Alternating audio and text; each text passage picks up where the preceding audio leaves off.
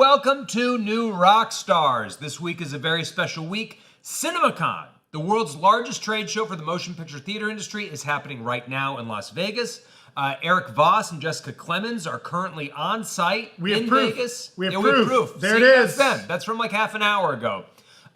We will be here live, giving you all the news as it breaks. I'm Alex Berg. With me today on the bench are Zach Huddleston. Say hi, Zach. Hi, Zach. Abby Freel. Say hi, Zach. Hi, Zach. And behind the camera, making everything go, is Brian Kim. Brian, say hi, Zach. Hi, Zach. Okay. Over under 20% on hi, Zach. Continuing. Sound off in the chat. Over. We will be keeping a close eye on the chat for super chats and questions from members and such, so please hit us up. We already saw Christian Unpronounceable give out 10 gift subs. Thank you, Christian Unpronounceable. Frederick Price, member for 12 months. Can't wait. Frederick Price, one of our executive producers. We appreciate you, Frederick Price. Thank you, Frederick. Andrew Garrett with a $2 super chat donation already. Over under 20% that tonight will rock. Over. That's a iron lock. Lock on over. And just for anybody that wasn't here yesterday, get ready. A meme was developed over the course of the evening during the Sony panel. The question of over under 20%. And so, you know, we're going to embrace the meme. We're steering into the skid. Yeah, we're leaning into it. And we're going to be doing our own over under 20% throughout this panel. Yes, Brian. Oh, we got another super chat. Oh, Kang the Conqueror discovered in the list. The list. Oh. I know there's a lot of lists going around, but I'm going to presume this is Heidi Fleiss's little black book from the late 90s. From back in the 90s. Back in the 90s. That's the list I think this is. Not Epstein, okay. no. I mean, probably also Epstein, but, you know. Wild that somebody could, like, time travel and has, like, thousands of variants, but still needs to go to a Sex Pest's island to get his rocks off. Okay. Let's just do a real quick, like, sort of setup for what we're hoping to get today and what we got yesterday. So today's panel is WB. We're expecting to hear some big news around some DC releases. We will cover those soon. We're going to be doing it live, and so there's going to be a lot of times where we're like, oh God, this thing just happened. But first, let's do a quick recap of the biggest news from yesterday's Sony panel. Arguably, the biggest news is that we saw an opening scene from Beyond the Spider-Verse, as well as a new scene from Spider-Man Brand New Day. We will have more thorough breakdowns of those scenes up on the channel there later. is currently the breakdown of the Brand New Day channel has been up on the New Rockstars channel for a few hours now. Oh, that's up. Yeah. Oh, yes, that's live. Yes, we kept that bacon. Probably the Beyond the Spider-Verse. Erik is going to maybe get to that depending on other news that breaks this week at his earliest convenience. Yes. So also, you can make a decent case. The biggest news to come out yesterday is that Beyond the Spider-Verse has not been delayed. Yes, honestly, yeah. Anytime that happens, anytime they stick to their release date of June 2027, I think is a big win for all of us. Little miracle. Yeah. Now, there were a couple other big announcements from the Sony panel yesterday. Filming is wrapped on Zelda. There's a new Insidious trailer online. Jacksepticeye is developing an animated Bloodborne movie. Zach Kreger's Resident Evil sounds gnarly as hell. People got to see a couple scenes. They showed a scene for that. Sounded great. Yeah. So a lot of good stuff from Sony yesterday. If Sony's panel yesterday is any indication for how today will go, it will start off with some major ass-kissing and brown-nosing of the prominent theater chain boring owners. Industry people, yes. There'll be a solid half hour where you guys in the chat are like, what's happening? We'll be like, trust us, it's nothing you care about. Then all of a sudden, we will get news faster than we can digest it. Yes, and specifically, as great, and we didn't even mention, they talked Jumanji yesterday. Yep. There was a lot. Sony had a really good panel for Sony's purposes. We got a super chat here. Blowing up the thing. Up, down, 18%. Oh, Clayface trailer today, over. Also, now we've already messed up with the meme. We've changed it from 20 to 18%. We're saying up, down instead of over, under. It's okay. We're playing with it. We're playing with its jazz. Over 18%. I don't know. Well, actually, I shouldn't say. I don't know that we get a full trailer, but we will see some Clayface today. We got a hand up from Brian back there in the producer corner. Got a super chat coming in from Sarah Hachadorian. Oh, per the bit. Hi, Zach, but also hi, Abby, Berg, and Brian. Over under 20%, there's an announcement that surprises as much as Bloodborne. Ooh. Over. And here's why. So I just want to do a quick recap of these are movies from Warner Brothers that are confirmed coming out in 2026. Okay, we've already mentioned a couple of them. Supergirl and Clayface, the two big DC releases. Dune 3. Yeah. Number one in my heart and in my mind. That's at the end of the year. But then these are other movies they have coming out this year. Mortal Kombat 2, Evil Dead Burn, The End of Oak Street. That's the Anne Hathaway, Ewan J.J. McGregor. Abrams, yeah. No. That's not the J.J. Abrams. It's not J.J. That's the Abrams. John Mitchell, the guy who did It Follows and Under the Silver Lake. It's the Anne Hathaway, Ewan McGregor. It's produced by J.J. That's what I'm Abrams thinking. company. Yeah. But then J.J. Abrams also has a movie coming out, The Great Beyond, starring Glenn Powell. Yes. That we know nothing about other than it's sci-fi, so we might get some interesting information there. Digger, the Tom Cruise Inarritu film. The Animated Cat in the Hat, Practical Magic 2, which is right up there with Devil Wears Prada 2 as far as like really speaking to millennial women. You know? I never saw Practical Magic until like 3 or 4 years ago. It's great. It's a good movie. It's so good. Yeah. I mean, like without having any nostalgia for it, just watching it, being like, this is wonderful. I don't know if Zach agrees based on that reaction. Yeah, it's quite facial expression. You know what? Here's my only thing. I enjoyed Practical Magic. Nicole Kidman, Sandra Bullock, very talented. Maybe I'm so burned by Hocus Pocus 2 That was. that I don't want to let them hurt me again. Yeah. You know what I mean? Yeah, fair. But it would be Warner Brothers, That's not right. Disney. That's right. Yeah, Yeah. true. So I'm hopeful there. Hopeful. I'll tell you this. I was in Salem, Massachusetts, right after Hocus Pocus 2 finished filming. And that city was abuzz with Hocus Pocus 2 hype. Interesting. That city goes all out for any witch movie, and Disney knows it. Any which way, any which movie. Any which way. But so those are all the confirmed 2026 movies. And then I should also say early in 27, so before the next CinemaCon, so they might mention it here. There's also a movie called Animal Friends that stars Aubrey Plaza and Dan Levy. And it's like about them chasing animals, something like that. It seems like a fun family comedy. But things that we also could hear about today. The Batman 2 coming out next year. Matt Reeves is the Batman 2. Man of Tomorrow. We are anticipating James Gunn being on stage. He was on stage last year. We're anticipating We just being on got some stage. casting news this morning for Man of Tomorrow. Adria Arjona been cast in an As Maxima, unnamed. I believe. Well, I don't know that they've Undisclosed. said. Oh, it's undisclosed. Undisclosed. Okay. A lot of people are speculating it could be Maxima. That's coming out next year. And also, we don't know any other theatrical DC properties beyond Man of Tomorrow. They haven't greenlit anything or slated anything. So maybe we get something confirmed there. Hunt for Gollum, the next live-action Lord of the Rings movie. Warner Brothers is doing that. We could hear something about that.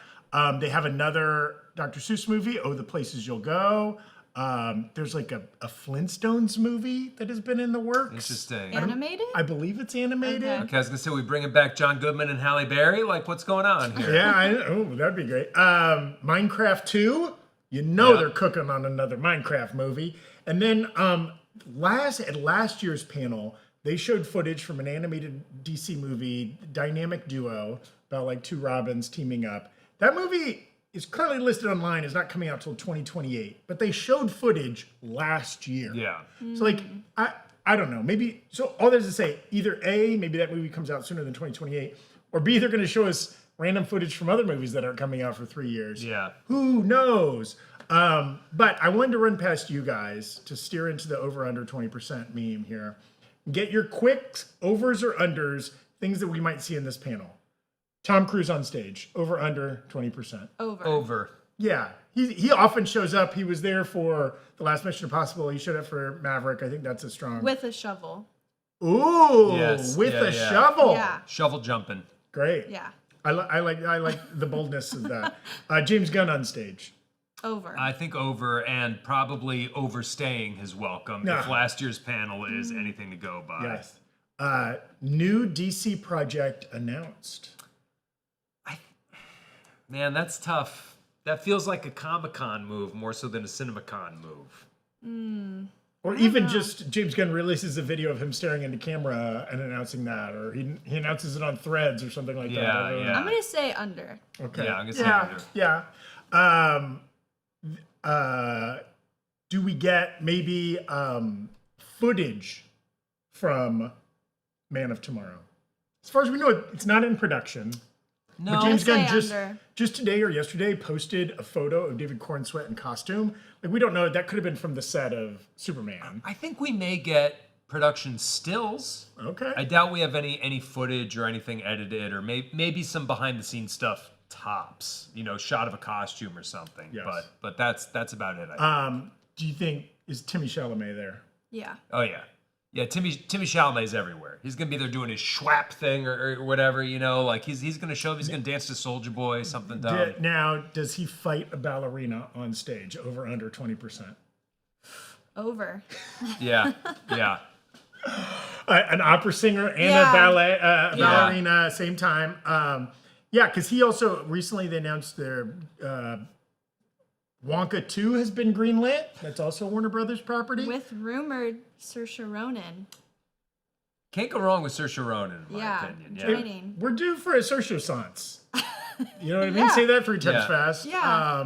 She's been kind of quiet. She's made some movies that haven't been as big a hit. I mean, she was on a hell of a run there for a minute. I think she started a family as well, so hasn't been working as With much. what's the name of the guy from Slow Horses, right? Yeah. Isn't that the Jack? Is he a Jack? I think he's a Jack. He's blonde. Is he blonde? I think of him as a redhead. You know, O'Connell and O'Donnell. Again, we have 3 laptops on stage. We will not look it up. this I got too many I don't windows have open. anything. I'm just. I offered you a laptop and you said no. No, I want it to be with. I think that's She fair. wants to be present. Yeah. A quick reminder of Warner Brothers 2025. So they're coming off a hell of a year. Hang on, we're getting Erik chiming into the Okay. chat. Oh. They gave attendees in the room these little plastic packages marked "Do not open." I bet it's like dirt. Oh, for Yeah. Digger? For a digger. Or, I mean, do not open. Now, Little that, shovels. those could be 3D glasses. Yes. Could be smell-o-vision scratchers. Just You know what I squeezed mean? it and it felt like a plushie. Oh. Oh, Then that's why cat say in do the hat. not open? Oh, yes. yeah. It's a thing 1 or a Yeah. thing 2. Yes. Yeah, Don't yeah. open that box. They'll wreck your house. Thing 1 and thing 2. Thing 2 and thing 1. They can do anything under the sun. That's right. Right? We all I know do Chuck not like Jones this animated. Yeah. one bit. That's fun. Yeah, that's, of course, Bill Hader. It's going to be a big release for them this year, big family film. Okay, but quick reminder of Warner Brothers 2025. Superman, obviously we talked about that a lot Yep. here. One Battle After Another, the Best Picture winner. Huge. Sinners, the most nominated Huge. film at the Academy Award ever. Final Destination Bloodline, very time. beloved horror reboot, kind of. They also had Conjuring Last Rites. It was very successful. Minecraft movie that I think was a top 10 box Minecraft office movie was huge. hit. They co-produced with Apple F1. It wasn't fully a Warner Brothers movie, but that movie was also a big hit. And then Weapons, one of my favorite movies of last year. And then, you know what? They had some swings and misses in there too. Mickey 17, The Bride. You know, they can't all be bangers, but they're a studio that their recent history has been, in addition to, they're hitting the IP like everybody else. They got DC movies, they got Minecraft movies, whatever.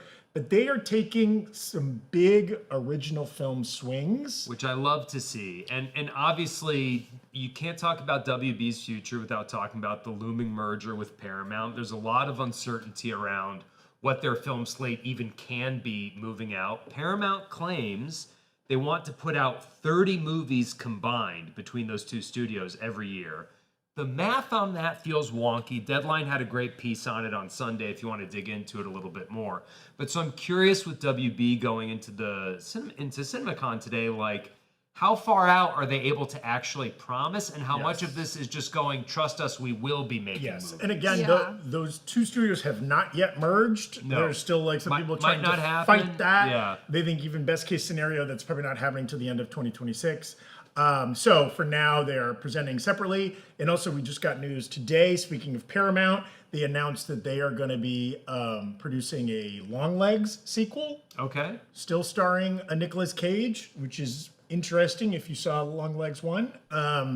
That was a Neon property, but apparently they wanted to do bigger budget and things like that, so they had to go to a bigger studio, and that was Paramount. So that's interesting. Paramount is doing a panel tomorrow, so maybe they talk about that as well.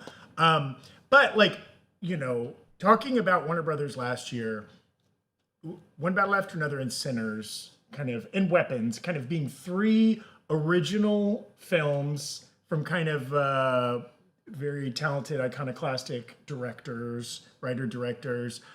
They have on their slate this year some similar big swings on original properties.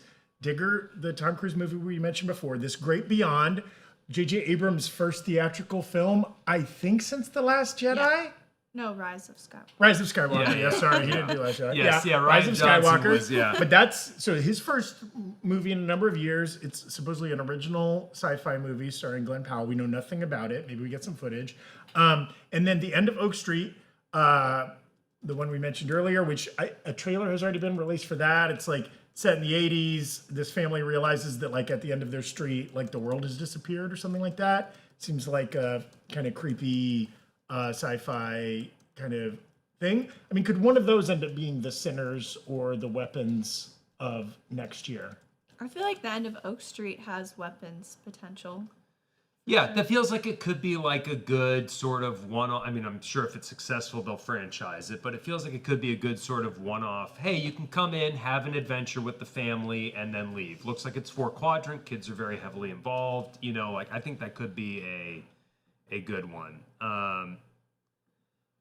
Okay, let's real quick before the stream gets started. We want to do just a couple of quick. Well, the stream has started before the panel. Before the gets panel started. starts, panel. we want to do a quick plug. We have a live show coming up this Friday in Los Angeles, April 17th at 7 p.m. New Rockstars will be doing a live staged reading of Morbius at the Upright Citizens Brigade Theater in Los Angeles. Carl Tart is going to be doing the show with us. If you are in LA, you can buy tickets and come to the show using the link in the description. If you're not in LA and you want to watch remotely, you can buy live stream tickets to the show in the description. So please click below. We also want to give a real quick shout out to Curiosity Box, who is sponsoring our week of CinemaCon content. Now, if you were here yesterday, we made a big ballyhoo about their hard-boiled egg molds. So this is, I think the actual box is right behind you Yes. there, Berg. So this is a monthly like delivery box. This is from the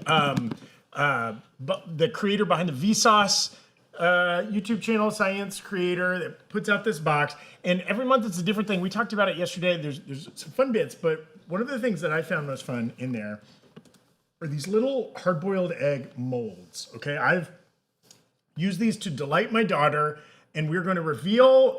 Producer Patty went home last night, used this mold to Make some hard-boiled eggs. yes. Isn't this Whoa. the coolest thing you Heck yeah. This is a diamond-shaped hard-boiled egg. It feels actually a little bit like a soft-boiled. And just to prove, you know, no camera magic taking place here. This looks like a diamond ring. Hell yeah. Hell yeah. Go Cool Hand Luke on it. Or Euphoria Season 3, Episode 1. Haven't watched it Reference. yet. Haven't seen it. Spoilers. Okay, this one didn't turn out as well. I've also found some struggles with the Einstein head. You got to get a real big egg. Real It has big to be a egg for jumbo that egg one. because he's got a big old head. But Well, that's they, cool. they have a bunch of cool things. You get a different. Open the box. It's a quarterly delivery biggest thing. curiosity. They are all these kind of like science-y, but mostly fun. Yeah, we have bits. these ambicuties. You know, is it a rabbit? Is it a duck? And they made a plushie out of it. They have a whole line of these that are really fun. So you can see duck, Oh. rabbit, What is it? duck. That's to you to decide. Oh yeah. Rabbit. Soink. Oh wow. So there's a link in our description. If you click on that link, you can get a little discount if you subscribe to Curiosity Box. We also get a little kickback there, so you help support our channel. This makes for a great gift. Maybe you've got a science lover in your life. Maybe you got a mom. Mother's Day is coming up. This is a fun gift for mom. Maybe you got a dad that would like this kind of thing. Father's Day is not too far off. So it's a great gift. It's also just fun for yourself if you like a little treat in the mail every once in a while. So thank you to Curiosity Box. All Yeah. right, we got a hand up from Brian. Some super chats incoming. Yeah, some super chats. Okay. First one from Christian Unpronounceable right here. Okay, Christian Unpronounceable saying, found out my local theater will be playing Digital Circus, $5 super chat. Thank you, Cool. Christian Unpronounceable. I've been seeing like Digital Circus pop up in my sidebar and stuff, but I don't know what it is. I believe it's what the property is or what the event is. Both. Okay, so this is, and I'm not super well versed in it, but I know it is a It started online. It has become very popular. They're doing a big finale event in theaters. I believe it set a record for Fathom events. Oh. For people that do like the opera and movie theaters and stuff like that, for as far as like pre-sales. So that's a big deal. And apparently Christian Unpronounceable will also be able to attend that. Yeah, we got more super chats coming in. Okay, Omalore, $5 super chat. Thank you for coming back, Omalore. Crazy Theory 3, they announced they are not merging with Paramount. Yeah. No chance I in wish- hell. No, that would pop the audience pretty hard because I think theater yes. owners are not excited about losing a movie studio. I think Damon Lindelof had a quote yesterday after they signed this like 1,000-person, 1,000 Hollywood luminary. Please don't let this merger. And he called out, and this is true. He was like, people don't realize that LA is a blue collar town. Like for as much as the celebrities get all the attention and all the pictures, like for every Brad Pitt, there are 200 dudes in cargo shorts who like just wake up at 6 a.m. to make sure that all the panels are put up and all the rigging is done. The parking lots on studios are filled with pickup trucks. Yes. And like beat up old sedans and stuff like that. And like those are the people who lose their jobs when Hollywood produces less content. Yeah, for sure. Okay, we've got another super chat coming in. I can read this one. Carson Robinson saying, over under 20%, we get stills or posters for Supergirl. I think that's a hard over. Way over. I think Millie Alcock might be on stage. We might get some previously unreleased scenes for sure. Over under 20%, DC brings back the Arrowverse as loose canon. I think under. I think DC really liked the Arrowverse. I think it was really good for them, but I think they're in a new era now. Yes. I think they're just. Don't want to look back. We're looking forward. Also, I should announce, thank you to everybody that's already done super chats. I will, and I'll personally keep track of this. The person that sends in the highest super chat during the stream, I will drink a beero in your honor during the Disney panel on Thursday. Okay? On stream. I will slam a beero in your honor. And the person... At the beginning or at the end of the stream? Well, that's... I mean, if I You do get it at the the whole beginning, stream, it'll just be chaos, okay? And also, whoever has sent in the most cumulative super chats, I'll also try to keep track of that, and we appreciate you even at volume. So, like, I will drink 2 beeros on the Thursday Disney stream. Speaking of the Thursday stream, Brian, can we pull up our little schedule for the week just to remind folks? There we go. Okay, and we already got rid of Monday because that's the past, baby. That's a canceled check. So today we've got the Warner Brothers panel starting now or soon. Yes. Tomorrow we've got the Universal panel. We'll be getting Minions and Monsters. We'll be getting Disclosure Day, The Odyssey, all kinds of other releases. And then the biggest one for us, probably Disney on Thursday. We'll get... We've got confirmed Doomsday news that will be dropped on Thursday, in addition to Mandalorian and Grogu, Star Wars Starfighter, lots of other properties as well. So yeah, we think Thursday is going to be, for fans of our channel who watch our content, that will be the one that hits right in the bullseye. So we're excited about that. There's a second part of that question, which was over under... DC brings back the Arrowverse. Oh, I'm saying no. We're saying they moved on. We're saying they moved on from Arrow. Under 1%, Sorry, I would still Amell. pick. Yeah, that's not happening. Also, that was never a theatrical thing. So, like, I assume this is a quick reminder: CinemaCon is just movies, and specifically, it's just movies that go to theaters. Yes. So, no streaming. Yeah, that's why you don't have a big Netflix presence. No TV. You know. Yeah. Okay, we got another super chat coming in. CT Cook 6477. No more mergers or monopolies. Thumbs down. That's right. That's the proper direction to point your thumbs. Yeah, it's never good for anyone but the fat cats when the fat cat companies merge. Yes. OG Slender PG with a Gremlin. I hope they announce some Gremlins 3 news tonight. I mean, I would love that. I'm a huge Joe Dante fan. Gremlins 2, The New Batch, is one of the most delightfully unhinged movies. Do you guys know the story behind that movie? Yes. Gremlins 1 was a huge success, and the studio was trying to get Joe Dante to make a sequel for ages, and he was just like, I will not unless you give me 0 notes. And they finally caved, and so Gremlins 2, The New Batch, is just like lunacy because nobody could tell him no. There's a great Key and Peele sketch about Gremlins too, yes, and the how they pitch. just squeezed in every insane thing they could. Yeah, and so I believe that they're recently announced Gremlins 3 in development. I don't know if it has a slated date yet. I believe Joe Dante is attached to it. I would in some hope so. degree. Yeah. Yeah, that's gonna be dope. We're kind of in a zone right now with Masters of the Universe, Street Fighter, Mortal Kombat, a lot of things that children of the 80s and 90s were immersed in are getting their big kind of theatrical reboots. I mean, Super Mario Galaxy in theaters right now. Yes. All right. Let's see. We got the new Rockstars Twitter feed up. Sorry, I'm in the way. No. Okay, we just got the photo. Erik and Jess Erik and in Vegas. Our own Erik Voss and Jessica Clemons are in the room in Las Vegas CinemaCon for this WB panel. They will be kind of relaying information in real time, and then we will tell you about it. So we will be refreshing the new Rockstars Twitter account. Erik Voss himself is tweeting on that account. You can also follow that. Yes, we've got more super chats coming in. Nick Howie saying Amazon and Universal have a panel on Wednesday. Yes, Paramount and Disney are on Thursday. Thank you. Oh, and is that a New Zealand? Looks like New Zealand. This is Kiwi money. My man, are you already tomorrow? Nick Howie? 19 hours ahead of us. I know. So you're tweeting us. Yeah. You're super chatting from the future. Universal panel.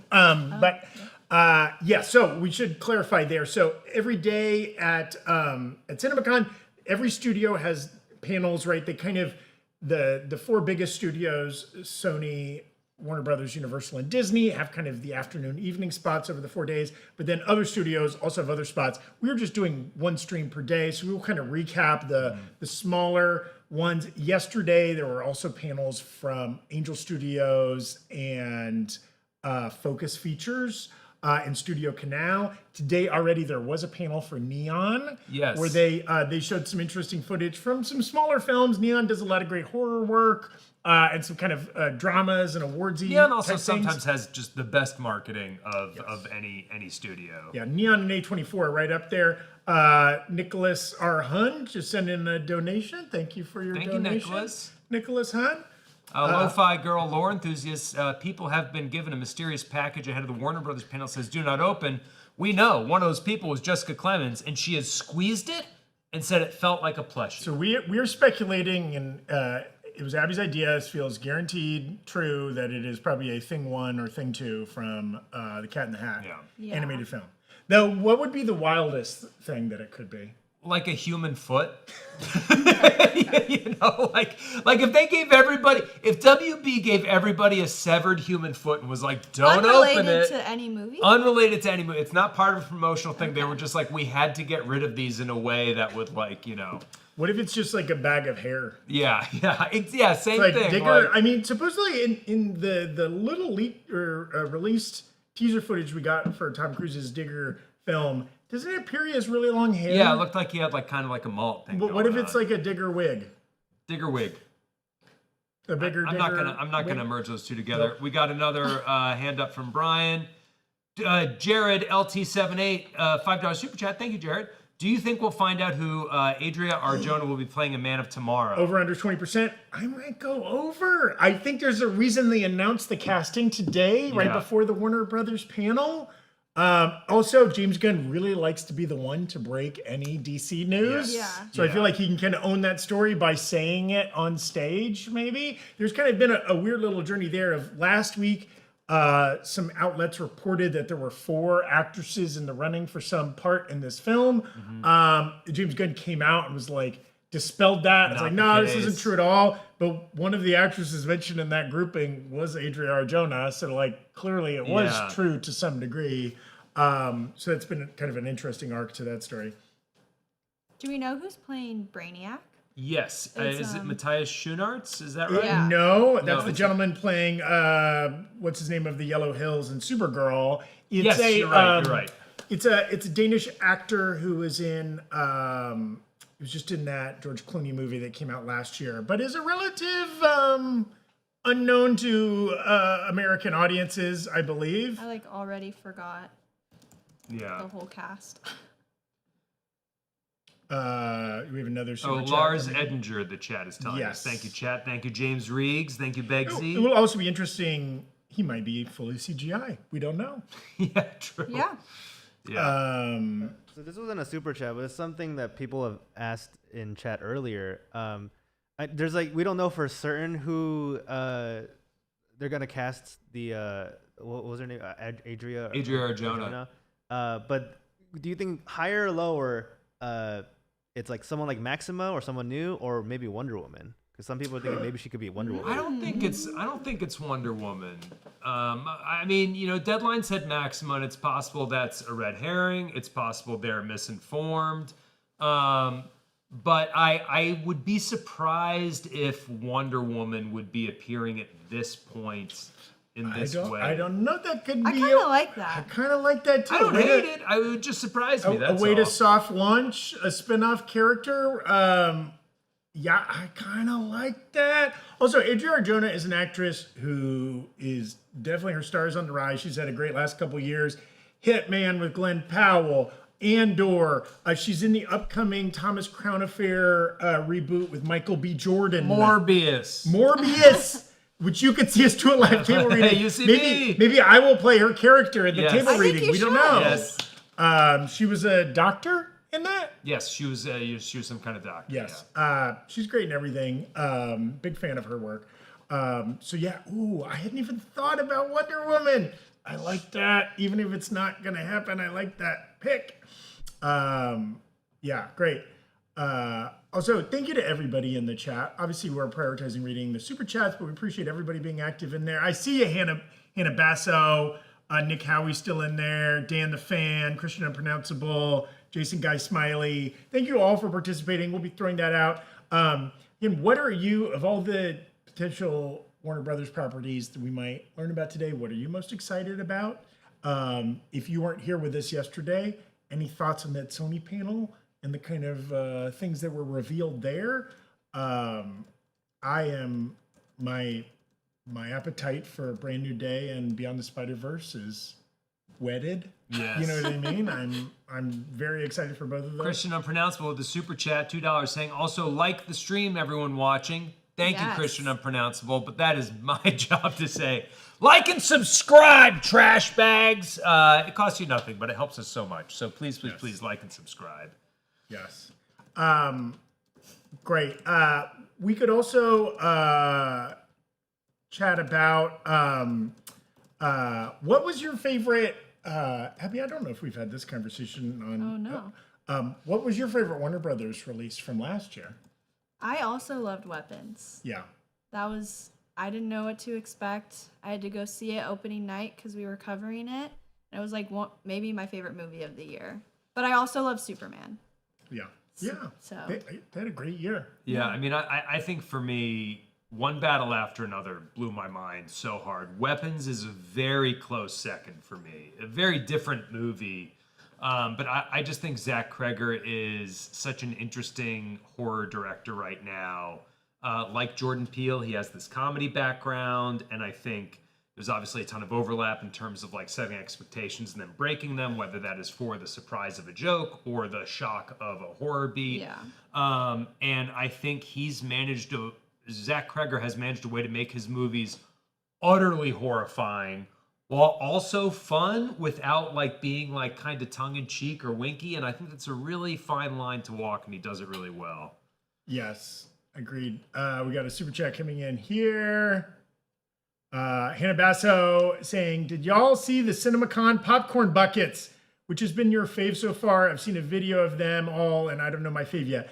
I think the only ones I've seen, I saw the Masters of the Universe had I haven't seen any of them yet. their bucket and their cup. I believe it was hard to, these buckets and cups have gotten so insane you can't really tell what is what, Sometimes it could be a bucket, it could be like a sculptural lawn ornament. Yeah, or is it a hat? Is it a tunic? I don't know. But I believe the bucket there was a Castle Grayskull that looked pretty sick.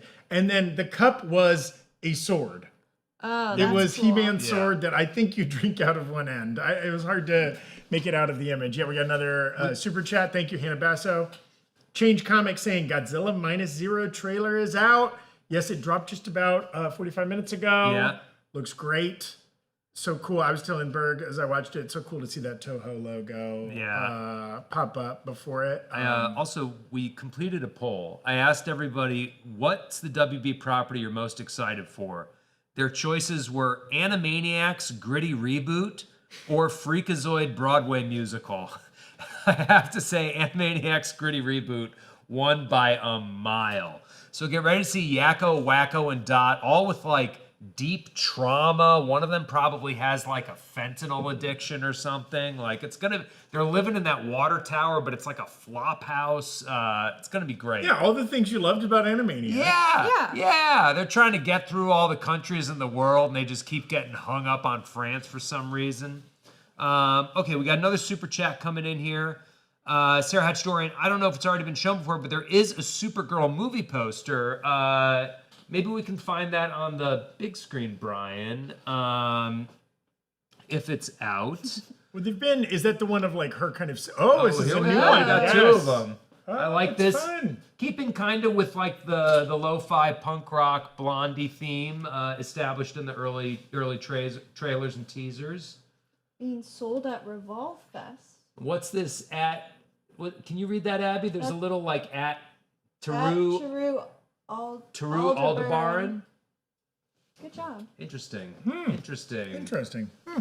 I do love how like most content creators, they talk about the Warner Brothers slate. They're like, they got, here's what they got coming out. Supergirl. I'm not interested in that one. And then they go on and list all the other ones. Yeah. I don't know. I mean, whatever. We don't need to get into the politics of any of these releases. Here we go. Patton Oswalt is taking the stage, jokingly pitching himself as a DC villain like Mr. Mixpitlick or Toymaker. James Gunn, I know you've been getting my texts.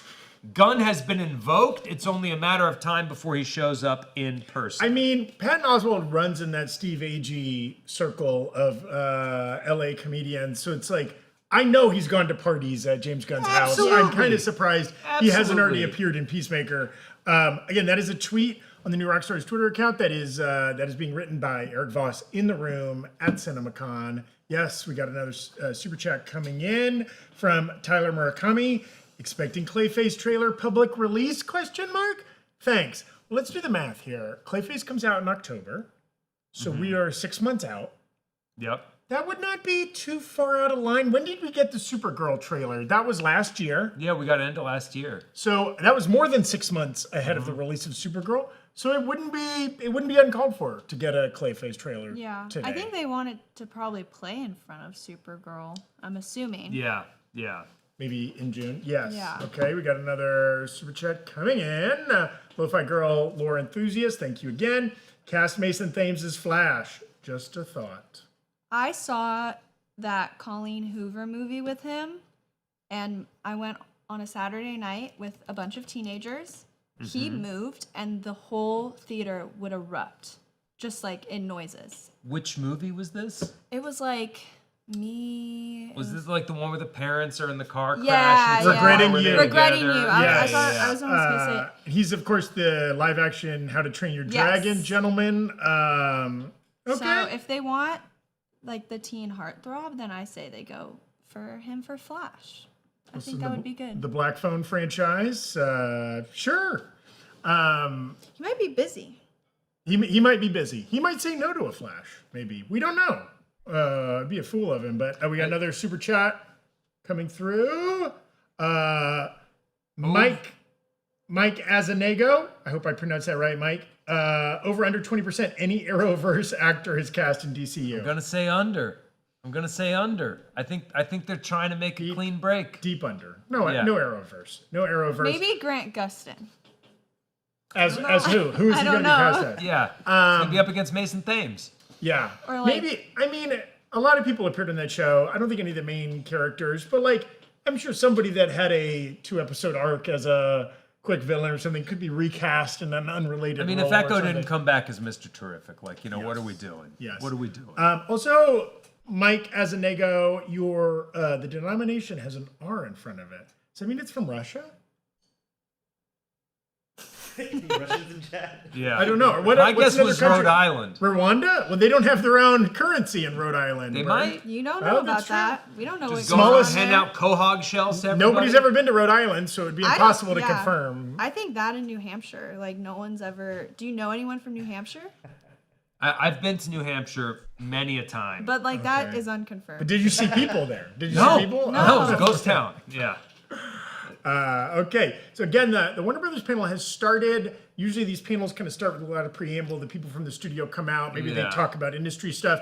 This CinemaCon is a convention for theater operators and owners. So the guy that owns the AMC or the Cinemark or the Regal in your town, or the regional manager or the head of marketing at those companies, all of those people are there, much like you would go to an insurance salesman or a dentist convention or whatever. This is a convention for those people. It just happens to be that they are pitching these people on the biggest and best movies of the year. And occasionally some fine YouTubers are able to sneak in there and report out what is said. So, but they often start these panels with just a lot of like industry jargon. Yeah.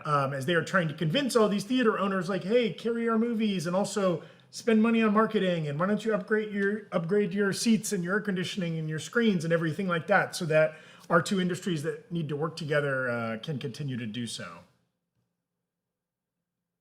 True. Okay. Pam Abdi and Mike DeLuca are coming out on stage, according to Hannah Basso, 1938. And there's just a membership chat, but still, thank you, Hannah Basso, for being with us. Also, shout out to Begzy1234, became a YouTube member. Thank you for your service. Okay. Yep. Brian just saluted you. It was off camera, but I'm sure you felt it Yeah. in wherever you are. Okay. And then Erik has added onto the tweet about Patton Oswalt hosting. Seriously, James Gunn, take him up on this. It worked for Jason Momoa and Lobo.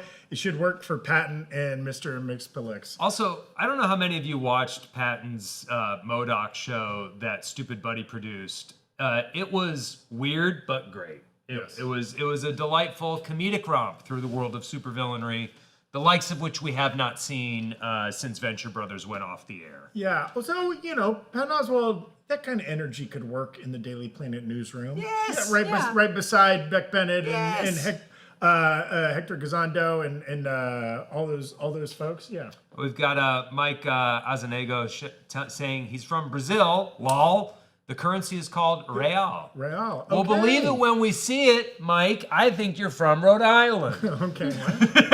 Rhode Island, often called the Brazil of New Brazil of the England. Northeast. Yes. Yeah. Shout out Brazil. Okay, great. We can also, while we're here, again, we're going to be streaming today and the next 2 days, and we're going to be streaming till presumptively the end of this panel, which Yeah. will go a couple hours. We appreciate everybody that's watching now or that will be arriving. Tomorrow, we've got the Universal panel. Sorry, Brian, is there a super chat we need to get to? In the meantime, I was about to... Super chat, but it's an interesting question. Oh, go. Kick it with the interesting question. Well, Shree asks, over under 20%, they announce whether Reeves' Batman is DCU or not, or will they even touch that? I think James Gunn has already been pretty clear about Batman occupying its own, almost like an Elseworlds thing, occupying its own corner of the DC universe, and that it's not going to connect to Batman and to Superman and the rest. The thing that's interesting to me is the trailer for Lanterns, which I recognize I am alone in being excited for. No, you're not alone. I'm Now, super excited for Abby it. told me the youths are not into it because there's not enough green. That was a hot take from him. Yeah. But Dummies. But the Lanterns does introduce a tone that is definitely in conversation with the Superman movie. That may wind up being something that could be a sort of bridge between the two. So I don't think Batman is going to be part of that broader DCU. I think it's going to exist in its own little bubble. I'm totally okay with that. When you say the Batman. The Batman. There yes. will be a different Batman that pops up. And again, James Gunn has said that they have this Brave and the Bold movie in development. As far as we know, there's not an approved script that hasn't been greenlit or slated or anything like that. Maybe that news comes out here. Yeah. So they want to keep those universes separate. I think also because James Gunn knows the math, and he's like, Matt Reeves takes a while to make movies. James Gunn has said as much, that he works good, but he works slow. So he doesn't want to have to wait 6 years or whatever in between every Batman movie. Also, James Gunn maybe wants to have his own take on Batman. Yeah, I'm sure he does. And that could be The Brave and the Bold. It could be a very different take than the Pattinson Reeves version. I'm okay with there being multiple parallel Batman movies. You know, like that doesn't confuse me. That doesn't faze me. We currently, in between 2026 and 2027, we will have 4 different representations of Spider-Man. Right? We will have Tom Holland, we will have Spider-Verse, we will have Spider-Noir, and we will have Your Friendly Neighborhood Spider-Man. Oh, 5, because Spidey and Friends is one of the most popular kid shows in the universe. Is anybody complaining that there's too much Spider-Man? No. We can handle a couple Batman, especially if they were tonally and stylistically different. You know, like the only problem anyone's ever had with a Batman is not that there's too many, it's just that it sucks. You know, like when we got Affleck Batman, I think everybody was like, oh man, you know, like that's a take that absolutely 0 people have a problem with, Berg, because I'm pretty sure everybody agrees that the whole Snyder thing is dead and done and was worthless, right? We got another super chat coming in. We've got Mikey Cheers, season 2, Kyle Rayner. What? Mikey, give me more context. I assume that is a Green Lantern character, and you're talking about a season 2 of Lanterns. Is that correct, Brian? Okay. I don't know. I am super jazzed for the Lantern show. I've not read many Lanterns comics, so I do not know the deep. Oh, and Lantern we've got core. a new tweet. Warner Brothers announces a new label, Clockwork, a new division for original films for global audience. The first film under this label, TMO, produced by Sean Baker from Anora, and of course, Florida Project, Tangerine, great many other things, will release in 2027. I am a sucker for Sean Baker. I have no idea what this movie is about. I don't care. I'll go see it. And he's producing it, not writing or directing it. Interesting. A new division for original films for global audiences, as opposed to Warner Brothers, that probably makes more box office globally than they do domestically. That's interesting. But I wonder if this is like code for like foreign language films. Maybe. Or specifically like, hey, we're going to try to target a Chinese audience, a Bollywood audience, you know, like, even if this is a movie that can be enjoyed by everybody, it is fundamentally being made with a different segment of the global population in mind. What was it called? TMO? The label? TMO. Oh, Clockwork. Clockwork. Love, right? Is the name of the studio. Yeah, that'll be interesting what that means. And of course, like these big studios have like labels underneath them. Fox has Fox Searchlight, and Disney has Touchstone, and all these kinds of things that usually handle smaller movies or different niches. So this is, I guess, a new niche they're covering. We've got a new super chat. Before the super chat, we missed this update here on Twitter. DeLuca says WB released 11 films in 2025, plan to release 14 in 2026, and 18 in 2027. Okay. Hey, DeLuca, I'll believe it when I see it. Well, they're in charge. I don't know. I believe them.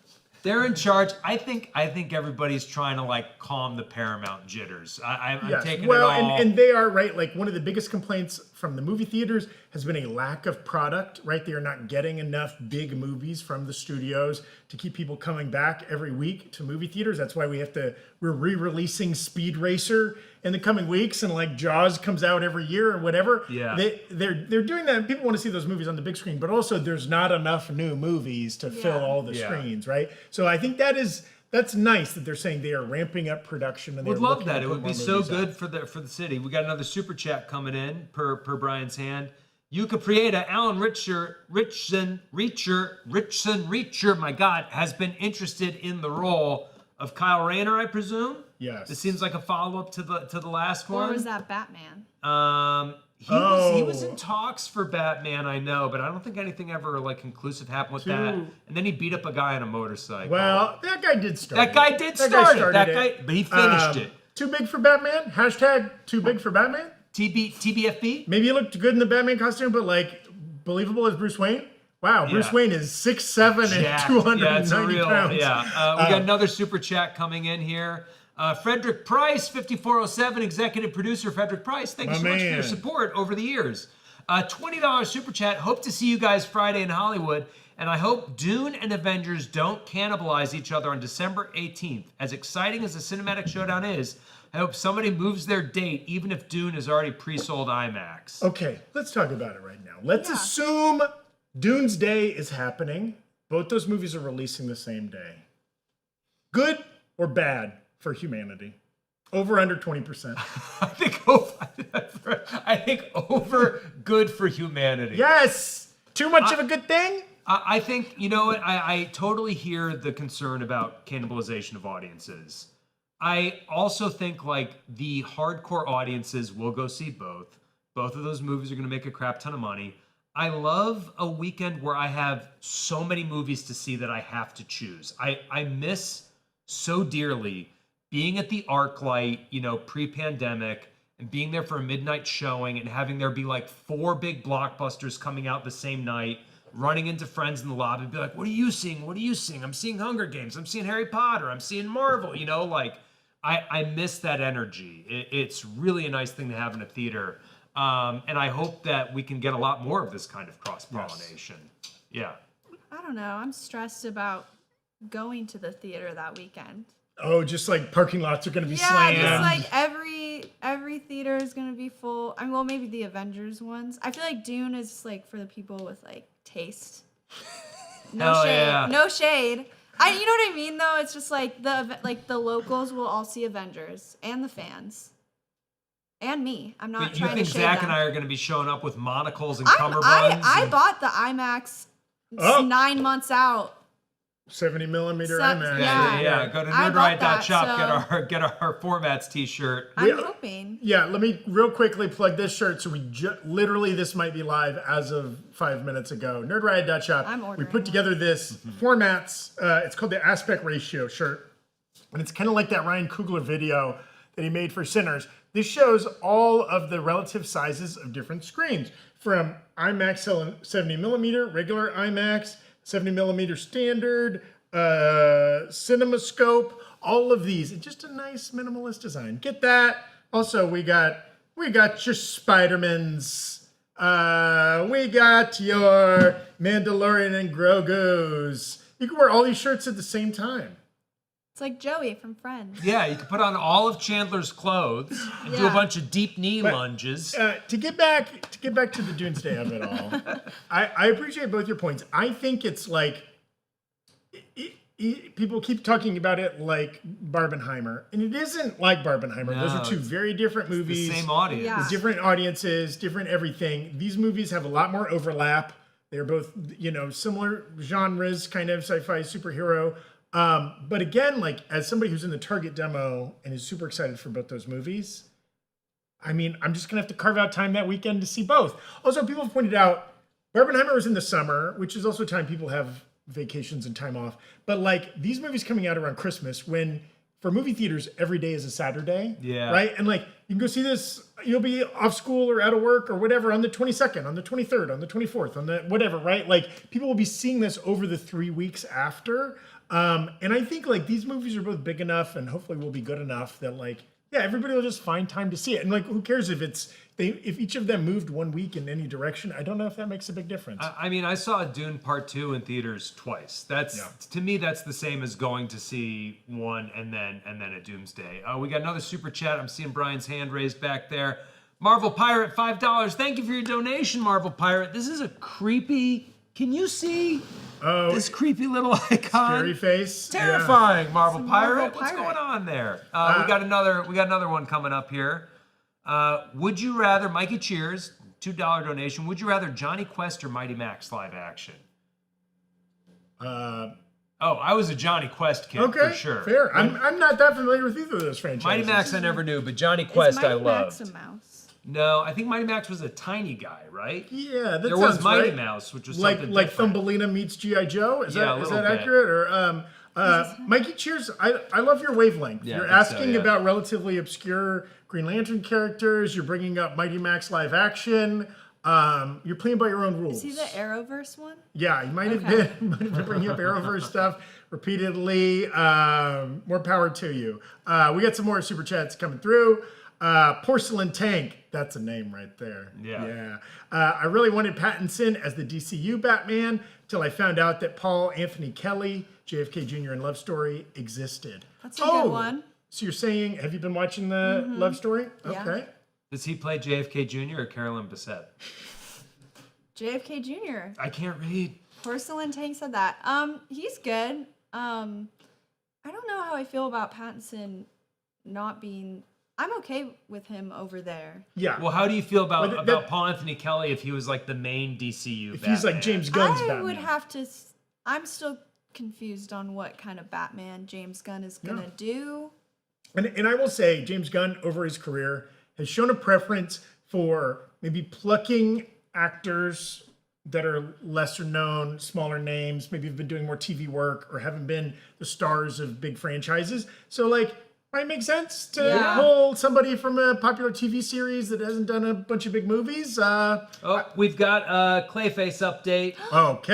Clayface footage appears in the opening Warner Brothers montage. There's a red title card and one shot. Tom Rhys-Harris as actor Matt Hagen, Clayface, smiling on a red carpet. A fuller trailer is likely coming soon. I like the concept of Erik putting the eye emoji in. You know, it's so funny because as an elder millennial, finding an emoji always takes so long. I just get frustrated and hit send without it. I can't do it unless I'm texting with my daughter, in which case I have to do it. Yeah. I do like that we're seeing, like, in universe, the Matt Hagen character on a red carpet, right? Kind of confirming he's playing an actor, right? Like maybe an actor who's found some success. That's interesting. We got another super chat coming in. Our Brazilian friend Our here. Brazilian buddy, Mike Azanego. Yesterday, someone asked about Two Gun Kid. Do you think there will ever be a good Jonah Hex movie or any other superhero western well made? A good Jonah Hex movie exists. I don't know what they're talking about. Well, so you're standing for the Josh Brolin Jonah Hex? I think, And we were talking about people with good taste go see Dune 3. I would say Logan is not explicitly a Western, but has very Western themes. Yeah. I think that we will get a good superhero Western movie made. The Western I want to see, and maybe this falls into the superhero thing, is there's an album called Death Western by a band called Spirit World that is a heavy metal exploration of some kind of demon exploding in the West. Make that movie. That's the movie I want to see. That's the movie I want to see. It's not really a comic book. But no, that's it's not, interesting. but it It's an should be, is adapt, my point. Concept album, okay. Okay, Brian, we got another super chat coming in. BJ Wilfreys, $5, over under 20%. Do you think this Thursday Disney panel they will do another chair reveal for Doomsday? That would that's be a great fun. question. I mean, if Erik and Jessica walk into that conference hall on Thursday and there's a whole shit ton of chairs set up on stage, and just one by one, Kevin Feige flips them around to It's show like a The name. Voice. Or Like they flip. or how about they got the same 54 or whatever, however many chairs there were laid out, and each actor comes out. That would and be sits incredible. in the chair. I mean, what a flex! I like that over under. I think like chairs might get incorporated. I without getting too specific about it, I like there where your will head's be at. chairs in the room. We could guarantee that I on feel the like- over. Doomsday should embrace the chairs more. I Absolutely. feel like they did that, It was and it was great, iconic, yeah. and then they dropped it. Well, I mean, there's still time. No, I know, but it's like they could have done that with like Chris Evans officially in it. Yeah. Like that would have been fun. So If maybe they had just could. had, instead of their countdown clock, a YouTube thing that was just a chair that was yet to be flipped around, Yeah. people would be watching that. Okay, we got another super chat here. Sup, Berg from Marvel Pirate. Sup, Marvel Pirate. You get it, my dude. Just wanted to show you his creepy I know. avatar face again. Saying, another $2 super chat. It was a project from AP Ceramics. Well, sir, I hope that you got college credit for that creepy doll. They're made. offering advanced placement ceramics now? Yeah. Look at the project. Clearly deserved. Much deserved. Wow. Looks like something out of like a Nightmare James Wan movie. I mean, why was I busy taking like algebra and like English and shit like that in Yeah. high school? I would have just been taking ceramics. AP ceramics. Damn. More super chats coming through the pipeline. Thank you, everybody. Mafeep 9, Maffy P, over under 20%. Thank you for adhering to the template. We get an Elseworld title announced, and if you could pitch one to Gunn, what would it be? I like where your head's at. Superman Red Sun. That's the Elseworld I want. Superman Red Sun. You get Batman in the little hat with the flaps. That's the best one. Absolutely. Okay. I wonder if maybe that's the Batman route. Rather than sparking confusion about like we've got, I guess like the Batman is already kind of an Elseworld. Yeah. But like, what if you did like Wild West Batman? or something like that. I'd love that. You know? Kind of like what was the show with Bruce Campbell, Adventures of Briscoe County Jr., Yes. where he always had a bunch of gadgets? That with Batman, that goes. Him and John Astin, that was a great show. Maybe that's how James Gunn tackles Joker. We already have a rich history of Elseworld Jokers. Yeah. Maybe. Absolute Batman. We're getting some pictures. But I like where your head's at. If that could be the next project, because again, we don't know what is coming for DC after Man of Tomorrow next year. They might even have another movie next year. We don't know yet. So like, if we got some kind of announcement like that, that would be really cool. To me, the Elseworld thing has always felt like he's like planning on doing it, but that's just mostly so that he can, like, people can do Batman 2 and not throw a fit. Yeah, but also that's great. You know, Yeah. like I think the Elseworlds approach is something that Marvel kind of dipped a toe into with What If, you know, and then like sort of like What If wound up becoming like too kind of convoluted over the course of 3 seasons instead of just like spin-off things. But Marvel Zombies and X-Men 97, I think, are a great example of Marvel Elseworld properties, you know, that are just Elseworlds by different names. Yeah. I think they could do more of that. You know, like Daredevil Born Again is maybe kind of becoming that. It's not super connected to everything else. You know, maybe DC uses animation to kind of satisfy that Yeah. itch too. If this dynamic duo animated film is still going to happen, maybe that is an Elseworld that does not, you know, coincide with the corn sweat DCU. I like that potential. Okay, still no Tom Cruise on stage. Frankly, do you think his parachute is Elseworlds movie. caught? What's your Elseworlds movie? Arrowverse. Already exists. No, but like make it a movie. like the Crisis on Infinite Earths again, but a movie. I know at least one ticket buyer that is ready. Yeah. Yes. I'm not even making fun of the Arrowverse person in the chat. I'm serious. Okay. I know you're serious. We got another super chat coming in. I love this Brian. Jared LT78 over under. Thank you for your adherence to the format. Do you think on Thursday's MGM show we get a trailer or stills of Voltron? I mean, that would drive a certain age of nerd that would go gaga for that. I mean, because for those of us who are like, I'm just a little too young to remember Voltron fully, but like I know it inspired Transformers and Power Rangers. And there's been, is it Voltron Rising? What is the animated series? Yeah, Voltron Rising. That's been on Netflix, I believe, What's over the last couple out years. That's Voltron. I guess is there Maybe a Voltron. live action Voltron? I've not heard about it, but that doesn't mean it's not happening. We got another super chat coming in. Fuck, marry, kill. Papa Smurf, Snap of the Rice Krispies, but Buddy. I'm presuming Buddy the elf from. Will No, Ferrell's? there's like a cereal one. There's a cereal Buddy, I'm like pretty sure. From like but Papa Smurf's not a cereal he's guy. like on isn't there like another one? Nothing's coming Or out. was it just elves? I'm gonna say are this. these 3 elves? I'm gonna say this. If Buddy is in there, you got to marry Buddy. He's just too much fun. Will Ferrell? I think you fuck Snap because he's gonna be like a lot of trouble, like, you know, like fun for a little bit, but you don't want to like tie your life to him. You kill Papa Smurf. He's just gonna be all rules. He's like the patriarch of a society. There's too much baggage there. That's my fuck, marry, kill. I mean, there's only one correct answer here. First off, Buddy is the only humanoid in this group, okay, who's also not animated and is human size, okay? How do you have sex with something this big? All right? I'm just saying. So, you have sex with Buddy, obvious. I would kill Snap only because he's not a fully formed character. He doesn't have like multiple seasons of like storyline and arcs and stuff like that. So it's like, I wouldn't feel as bad. And then I marry Papa Smurf, who, you know, could take good care of me probably. Well, we know Buddy has sex because he has a baby. That's right. Yeah. So It's just true. saying. Yeah. Canon. It's canon. I think you could build a life with Buddy. it's canon I guess that Buddy that's my point. Buddy fucks. Buddy fucks. Buddy fucks. Spirit of Christmas. my Vibey friends. Woodchuck. Buddy fucks. Okay, we got another Does he super know? chat coming in.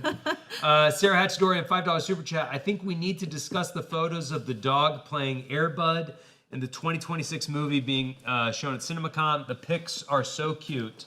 I would love to see We'll the see if we can pics. pull them up. I will say, I did watch John Oliver's multiple segments on this new Air Bud movie, It seems like it might be a money laundering scheme or something like that. But I bet the dog is adorable. There's 2 earbuds. Why is it a money laundering? Because they announced the movie before they had the dog cast, and then after they cast the dog, they asked to help raise money. Yeah, look at this earbud. That's a good boy. Aww. Oh, he's got the sneakers on. That's pretty cute. Okay, he looks cute. Which one? But One of the 2? you know Number what? 2. Our theaters used to be filled with movies starring animals. Yes. Okay, your Homeward Bounds, your Airbuds, Any which way but loose. your Dunstan Checks In. I Your mean, Hotel for Dogs. Hotel for Dogs, Snow Dogs, real non-CGI animals. Marmaduke used to be stars in this country. Hotel for Dogs has one of the best Don Cheadle monologues he's given in his whole career. Beverly Hills Chihuahua 1 theatrical? Yeah, that was theatrical. Yes. That was theatrical. Yes. Yes. When was the last non-CGI? Oh, we got a new Rockstars Ooh. tweet. Godzilla x Kong Supernova will be the next film in the Godzilla Kong franchise at Warner Bros. Coming in 2027. Yep. And this is in canon with Monarch that's happening on Apple TV. And all the Godzilla Kong films that have come before, not related Godzilla to Godzilla minus -1 or -0, which are happening concurrently. The Japanese produced films, these are the American produced ones. Yes, we got another super chat coming through. Imagine Barbie movie too. Imagine I it. could Would imagine. love to. Be great. No complaints. You know what we will not be seeing at CinemaCon is anything about Greta Gerwig's Narnia movie. yes. Yeah. It will get a because theatrical it is release, being- but it's a Netflix Yes, thing. it is being made by Netflix. It will be released for limited, I think, 2 weeks in IMAX theaters, only in IMAX theaters, and then it will be on Netflix. But because Netflix doesn't do theatrical releases, they do not have a presence at Now, CinemaCon. hang on. I'm seeing a Man of Tomorrow tweet we missed. James Gunn, Nicholas Hoult, and David Cornsweet appear in a video montage to plug 2027's Man of Tomorrow. Nicholas Hoult saying Man of Tomorrow continues the Superman saga with a new villain and an unlikely alliance. Is it that unlikely, though? That Lex and Superman Yeah. would join up. That feels pretty unlikely based on the But, events of the first it's film. not unlikely in the sense of, we already know that's the vibe. Yes. Oh, well, like from the announcement and the Yeah. posters and stuff? Yes. Yeah, But yeah. I think it's unlikely in the sense of, he watched this I man guess they hated execute each a other. hot dog vendor in front of Yeah. him, and now they're going to join up, Yes. Yeah. But I guess it's not a dissimilar arc from Thor and Loki. You know what I mean? Who, the events of Avengers, right? How could you ever reconcile with this man? And all of a sudden, Yeah. here you are in Dark World, busting him out of right. jail. That's right. More super chats coming through, Brian? Oh, new New tweets. tweet. Oh, Lord of Okay. the Rings, The Hunt for Gollum shows a brief preview scene at CinemaCon using footage of Gollum from the Fellowship prologue and new audio from Andy Serkis as Gollum whispering to the One Ring. It is a tale that must never be told, coming December 2027. Well, if it's a tale that must never be told, Yeah. don't make the Probably movie. shouldn't watch it. Yeah, seems bad. That seems problematic. Yeah. We were just talking earlier today. It's been a few years since the live action Hobbit films, which I think they're kind of little loved, but those movies made so much money. Each of them made like $1 billion. Yes, It's crazy. and so it makes sense. It's kind of wild that we've gone this long without more live action Lord of the Rings stuff. Obviously, there's the Rings of Power on streaming, but yeah, and I think interesting to kind of pass the torch to let Andy Serkis direct this film, in addition to doing mocap for Gollum. We got another super chat coming through. Scarlet Heck saying, any crazy theories on future plot lines of DCU? I mean, who am I to try to outguess James Gunn? Oh, we got another tweet here. Tom Cruise and Alejandro Inarritu get a standing ovation at CinemaCon as they introduce their 2026 movie Digger. The movie's not even out yet, and they're I getting know. standing Standing ovations. Well, Tom Cruise saved theaters, and that's a Yeah. That's mild true. hyperbole, but it's also kind of true. His insistence on Top Gun Maverick going to theaters and not going to streaming was huge coming out of the pandemic. Obviously, he's been a giant theatrical movie star. Never done TV or streaming. Is that true? True. Never. And Wow. there's not a lot of people you can say that about in the year of our Lord 2026. Yeah, my God. Good But on to go him. back to Scarlet Hex, I don't have any crazy theories right now. I mean, it's like I would love to see something like Kingdom Come, just because that's like Yeah. it's such a good story and such a good book. But I don't know if that counts as a crazy theory because it's like a well-known, kind of like sad, but like, like a little bit of a downbeat, everybody coming together for something. But that would be my crazy thing. We got a hand up from Brian. Jared Leto, 78. $5 super chat. Thank you, Jared Leto, for tuning in. We're going to roast you during Morbius on Friday at UCB. Buy your tickets with the link in the chat. It's all love. Henry Cavill and Sterling K. Brown are both in live-action Voltron movie, presumably playing one fist and 1 foot each. We cast you as right thigh. I love Sterling K. Brown, super talented actor. Henry Cavill has interesting taste in projects. I think he's very charming. I think he's problematic in his life off screen. Well, and I know difficult to reconcile the you're the world's biggest Enola Holmes fan. Yeah. And I know Love you it. are on pins and needles for this Warhammer film that he's been working on for quite a while. So, interesting. He's also done a lot with MGM Amazon, which makes sense. I believe that's who's producing the Highlander film. He is playing the Highlander, that reboot that is coming out next year, I believe, as well. So it kind of makes sense that they would get him in there. We got more super chats in the pipe. Elijah Perricone. All this over under 20% is taking me back to the tiny forehead kisses and our joke. I mean, Kingpin's back in the zeitgeist now. We can bring it back. How many tiny kisses do we think Kingpin is going to give out to Daredevil and Bullseye before the end of season 2? Did we get a tiny kiss on Vanessa's forehead in the last episode? I bet there is a tiny kiss, and I wasn't paying attention for it. I should have been. Speaking of Daredevil, which is not a theatrical release, they were not going to be talking about it at CinemaCon, but the Daredevil episode 5 airs tonight, and our breakdown will be getting uploaded immediately after that. Tonight, yes, Erik Voss has figured out the ways to bend space and time, and though he is in Las Vegas watching this panel, he is also making a Daredevil Born Again episode 5 breakdown that will be uploaded at the same time all the other ones have been uploaded. So when you're done here, go watch Daredevil and then come back. Episode 5 breakdown. Yes. Alejandro Inarritu saying he shot Digger in VistaVision. Ooh. Where's that on your fancy shirt? I don't. We actually debated whether we should include VistaVision, and I told the designers, don't do that. It was just a silly gimmick that Paul Thomas Anderson did for one battle after another. Nobody else is ever going to use VistaVision. So funny. Wow. The story behind VistaVision is fascinating. So it is an anarchic or archaic film format that they used in like the 60s. It was part of the Cinerama Dome, was VistaVision, Yes, right? that was in Vista. And like there was only a couple screens ever designed for VistaVision and a couple cameras. Paul Thomas Anderson, because he's this like lover of film history, he wanted to shoot it in this format. They had to no new VistaVision cameras have been made in like 40 years. They had to go find the old cameras and tune them up to be able to shoot that movie. So somehow maybe Inarritu got his hands on those after Paul Thomas I could see Anderson was that. done. Like, I give the camera to you. Yes. We've got more super chats coming through. Just announced Godzilla minus at Paramount. Yes, that actually the trailer came out out before we started streaming. Yeah, Godzilla minus 0, which we were talking about the logic of the naming conventions here. First movie, Godzilla minus 1. Makes sense. Great. Then you have to add a number. So you go to Godzilla minus 0, but minus 0 is kind of unnecessary, right? Shouldn't it just be Godzilla 0? We've got more Digger news. Seems like they're really focusing a lot on Digger, which goes to the WB doing new properties trip. Alejandro Inarritu says he started thinking about the idea of Digger in 2017 and then began talking to Tom Cruise in 2019 while Cruise was shooting Top Gun Maverick. Inarritu calls Cruise's character Digger Rockwell fearless. This role could be the most challenging for Cruise, and Cruise called it a high-wire act, even for a stunt-forward actor like him.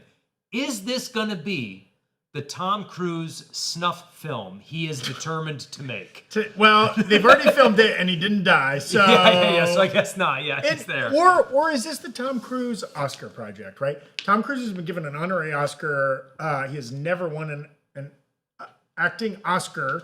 Inarritu got Leo his long-delayed first Oscar for The Revenant. Yeah. He didn't. Michael Keaton got nominated for Birdman, didn't end up winning. Inarritu has done those movies in addition to Babel, Most recently, he did Bardo, a Netflix movie nobody watched. Birdman was also right before Revenant, right? Didn't Birdman and Revenant come out one year after the Yes, other? they did. 2014, 2015. Good call. So really talented director. This is different. Tom Cruise has not made a non-Top Gun, non-Mission Impossible movie in quite a while. Yeah. Yeah. So It'll this be is good. interesting. I'm going to make a movie right now called Berg runs to the restroom as fast as he can and comes back without missing news. I shall return. Yes. Good luck. I shall return in the sequel. Berg makes it back from the restroom. The last non-Mission Impossible Top Gun movie that Tom Cruise made was in 2017, American Made. Right before the same year, yeah. he made The Mummy. Ironic that next week we're getting a new Mummy movie that won't be starring Tom Cruise, and has not came with that one. We'll get Lee Cronin's The Mummy. Also next year, I think we're getting Rachel Weisz and Yes. and Mummy 4. yeah, Brendan Fraser. and Brendan Fraser coming back for that franchise, unrelated to Lee Cronin's Mummy. Anybody can make a movie and call it The Mummy. Yeah, we got more super chats coming through. Colton Nielsen, living for Abby's energy, restore the Whoa. Arrowverse. You've carved out a niche Yeah. in the fandom there, Abby. But... We exist. You can't silence us.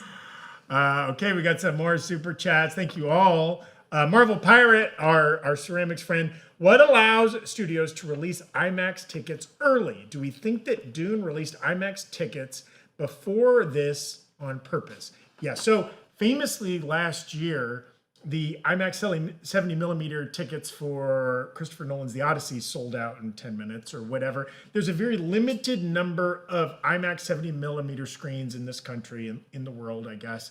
And IMAX is this interesting company where they license their technology both to movie studios, and then they manufacture filmmaking technology, cameras and things like that filmmakers use. And so like they don't technically own any theaters, right?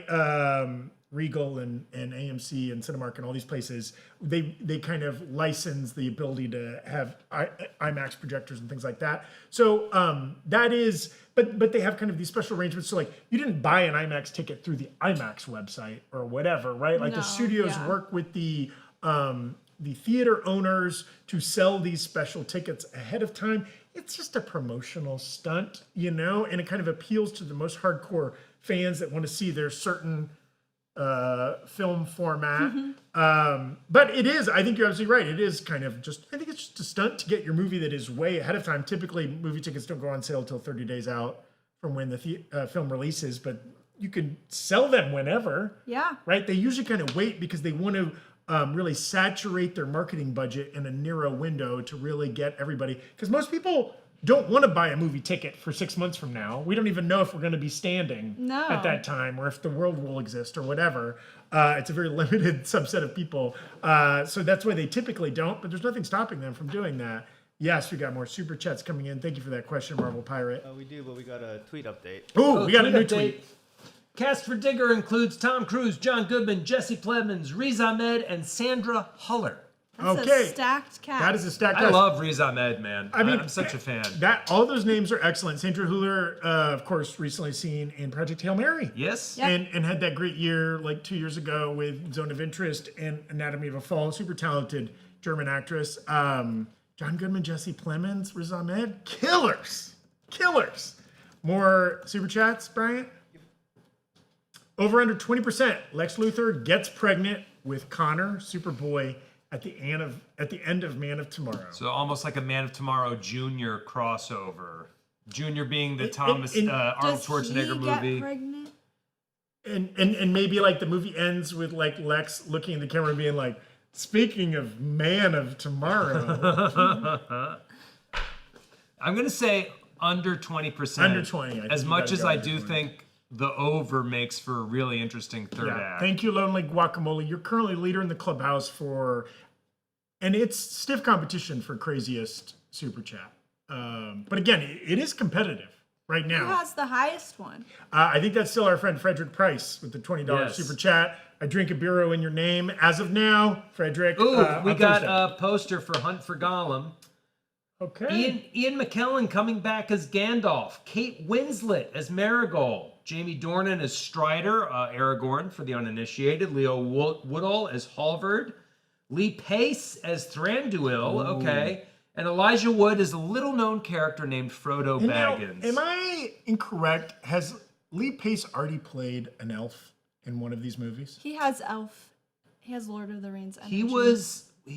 I think he might have been a dark elf in like the first Guardians of the Galaxy. Well, he was Ronan the Accuser in Yes, Guardians of the yes, Galaxy, yes. but hasn't he been in Lord of the Rings? Am I just confusing the 1,000 other things that Lee Pace has I thought done? someone Maybe. else was Aragorn. I think that is who that Thranduil is who he is in the. He's it back. is. He has played that role before. Okay. Yes. Okay. And now, yeah, He was in The Hobbit. Yeah. That's yes, why. he was in the Hobbit films. Okay. So this movie's timeline is before the events of Lord of the Rings, right? It's in between The Hobbit and Lord of the Rings, I believe is where this is set. So it makes sense that somebody like Ian McKellen or Lee Pace would be playing their same character from either of those franchises. Wizards live for like 1,000 years in Middle Earth, right? Yeah, so, yeah. knock on wood. Ian McKellen, international treasure. Hopefully we get 20 more years of him making films. He's so good. Isn't it funny that he's like, at least to me, known for these like old man roles, and he's been doing them for like 30 years? He's been old for 25 years. He's been old for my entire life. There's a certain Yeah. subset of actor, Tommy Lee Jones, Robert Duvall, Gene Hackman, that you see movies they made in the 70s, they were already old. Yeah. 60 years ago, they were old. They don't make them like that anymore. Now everybody looks young forever. We got Nick Howie, $22.75, $5 Kiwi super chat. Hunt for Gollum cast announcement trailer out via Fandango, and we've got to hear during this poster. But thank you just the same for the Hey, heads up. are Nick they Howie. shooting it down in your neck of the woods, Nick Howie? It must be. In his backyard, actually. All right, we got a hand up from Brian, new super chat incoming. Erik Hendershot, 9802, $5 super chat. They will not mention Voltron at CinemaCon. Amazon already announced it will stream on Prime only. CinemaCon only for theatrical My releases. man, you're Well, bringing there we go. facts. You're bringing valuable information, Erik Hendershot, that we were not bringing, mostly because I hadn't heard about that film at all. Makes sense now. It is not getting a theatrical release. Amazon, right? Amazon bought MGM Studios a number of years ago. They've kind of, been hit or miss. They've put out movies in theaters like Project Hail Mary recently has been kind of their biggest hit. They've had less success. They also put out the Melania documentary. They put out Red One, some other stuff. They've, famously, some movies that the creators thought were going to get to go to theaters, like the Roadhouse reboot with Jake Gyllenhaal. They did not put in theaters. They only put that on Prime. So, hopefully they are going to continue to make a commitment to theatrical releases. There's some speculation in their panel at CinemaCon, which is tomorrow, I believe. Yes. We might get a James Bond news. Amy Pascal's working on it. You know what I mean? Denis Villeneuve working on it. Maybe. But we don't know who's in it. We are getting some James Bond, the ending of 007 First Light, the upcoming James Bond single-player action-adventure game for consoles, leaked via a ratings board submission earlier this week. So there's Bond in the air. We will not have to wait long for new Bond. It's been one of the larger gaps between Bond movies, the current one we are experiencing. So I'm excited to see where that franchise goes. Also, Denis can do no wrong. I'm kind of sad we're losing him for sci-fi epics and maybe original films. I know. But I'm excited to see what he does with Bond. Also, maybe he makes James Bond a sci-fi epic. Maybe it's like Bond versus an Bond alien. goes to like space. it could be Moonraker. What if he just does Moonraker? What if it's just Bond is on Arrakis? Yes, love that. Love that. Sandy Bond. Ah. Give me that Sandy Bond. Ooh, wait. Put Bond in a still suit, but the still suit has gadgets. Oh yeah, and he's fucking. Yeah. Come on, dude. Infiltrating the Harkonnens. Yeah, it's great. As the prophecy foretold. Okay. So yeah, we are patiently refreshing here as we get more and more news coming out about Warner Brothers properties. In theory, this panel ends at 6 p.m. Is that correct? Or Yeah. 6:30? Yeah, and I don't know how much they have a heart out. So obviously they're holding DC. That might be their That might big be the capper end. at the end. DC and Dune are probably going to be their big tent poles here that they're going to announce at the end. Yeah, we got more super chats coming in, Brian. Maffy P, $20.01 just to get the bureau shout out. It's yours. My man. It's yours, Meffy. Okay, Maffy P. Now who has $20.02? Yeah, I know. Or $21. All right, another super chat coming up here. Poweezy, $2. Just want to say hi, big fan, love the channel. Hey, thank you so much. These direct super chats mean a lot to us. How easy. Thanks for watching. Thanks everybody for being here, watching this with us. I know, like, conceptually, watching a group of people slowly read tweets from their coworker who's at a more interesting event, you know, on paper, I understand that's not killer content, okay? But because of you guys, because of Brian here, it is fun. We're making it happen. We're having fun. We got another super chat here from Marvel Pirate, $2 super chat. That creepy goddamn thing again. So IMAX is growing control over release. Thoughts? Yeah, so this is interesting. There's been some good writing in the Hollywood Reporter and some other industry trades recently about, so over a big trend over the last 10 years has been the growing importance of PLF, premium large formats, over the theatrical experience, right? Average ticket prices have gone up a lot over the last 10 years, and a big part of that is a higher percentage of tickets are people paying extra to go see things in IMAX, 4DX. Real quick, hold that thought. We got a Digger trailer revealed at CinemaCon with description by Erik Voss.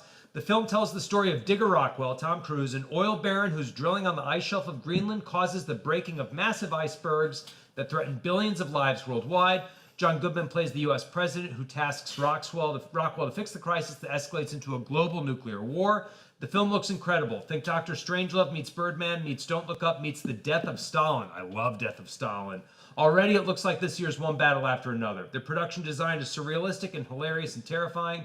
Cruise is under heavy prosthetics, but gives a performance reminiscent of Tropic Thunder, LFG, which must stand for Little Fat Guy. Which Tom Cruise might be playing in this movie. Might be playing. A heavily prosthetics Tom Cruise playing a maniac billionaire who has to save the world. I'm all for it. Wild I don't shit. think it needs a trailer. I think we're in. We're in. We got another update here. Now they're coming in fast. So what happened with Sony yesterday? They start coming in fast towards the end. The end of Oak Street footage shown at CinemaCon, an expanded version of the amazing trailer that dropped online in late March.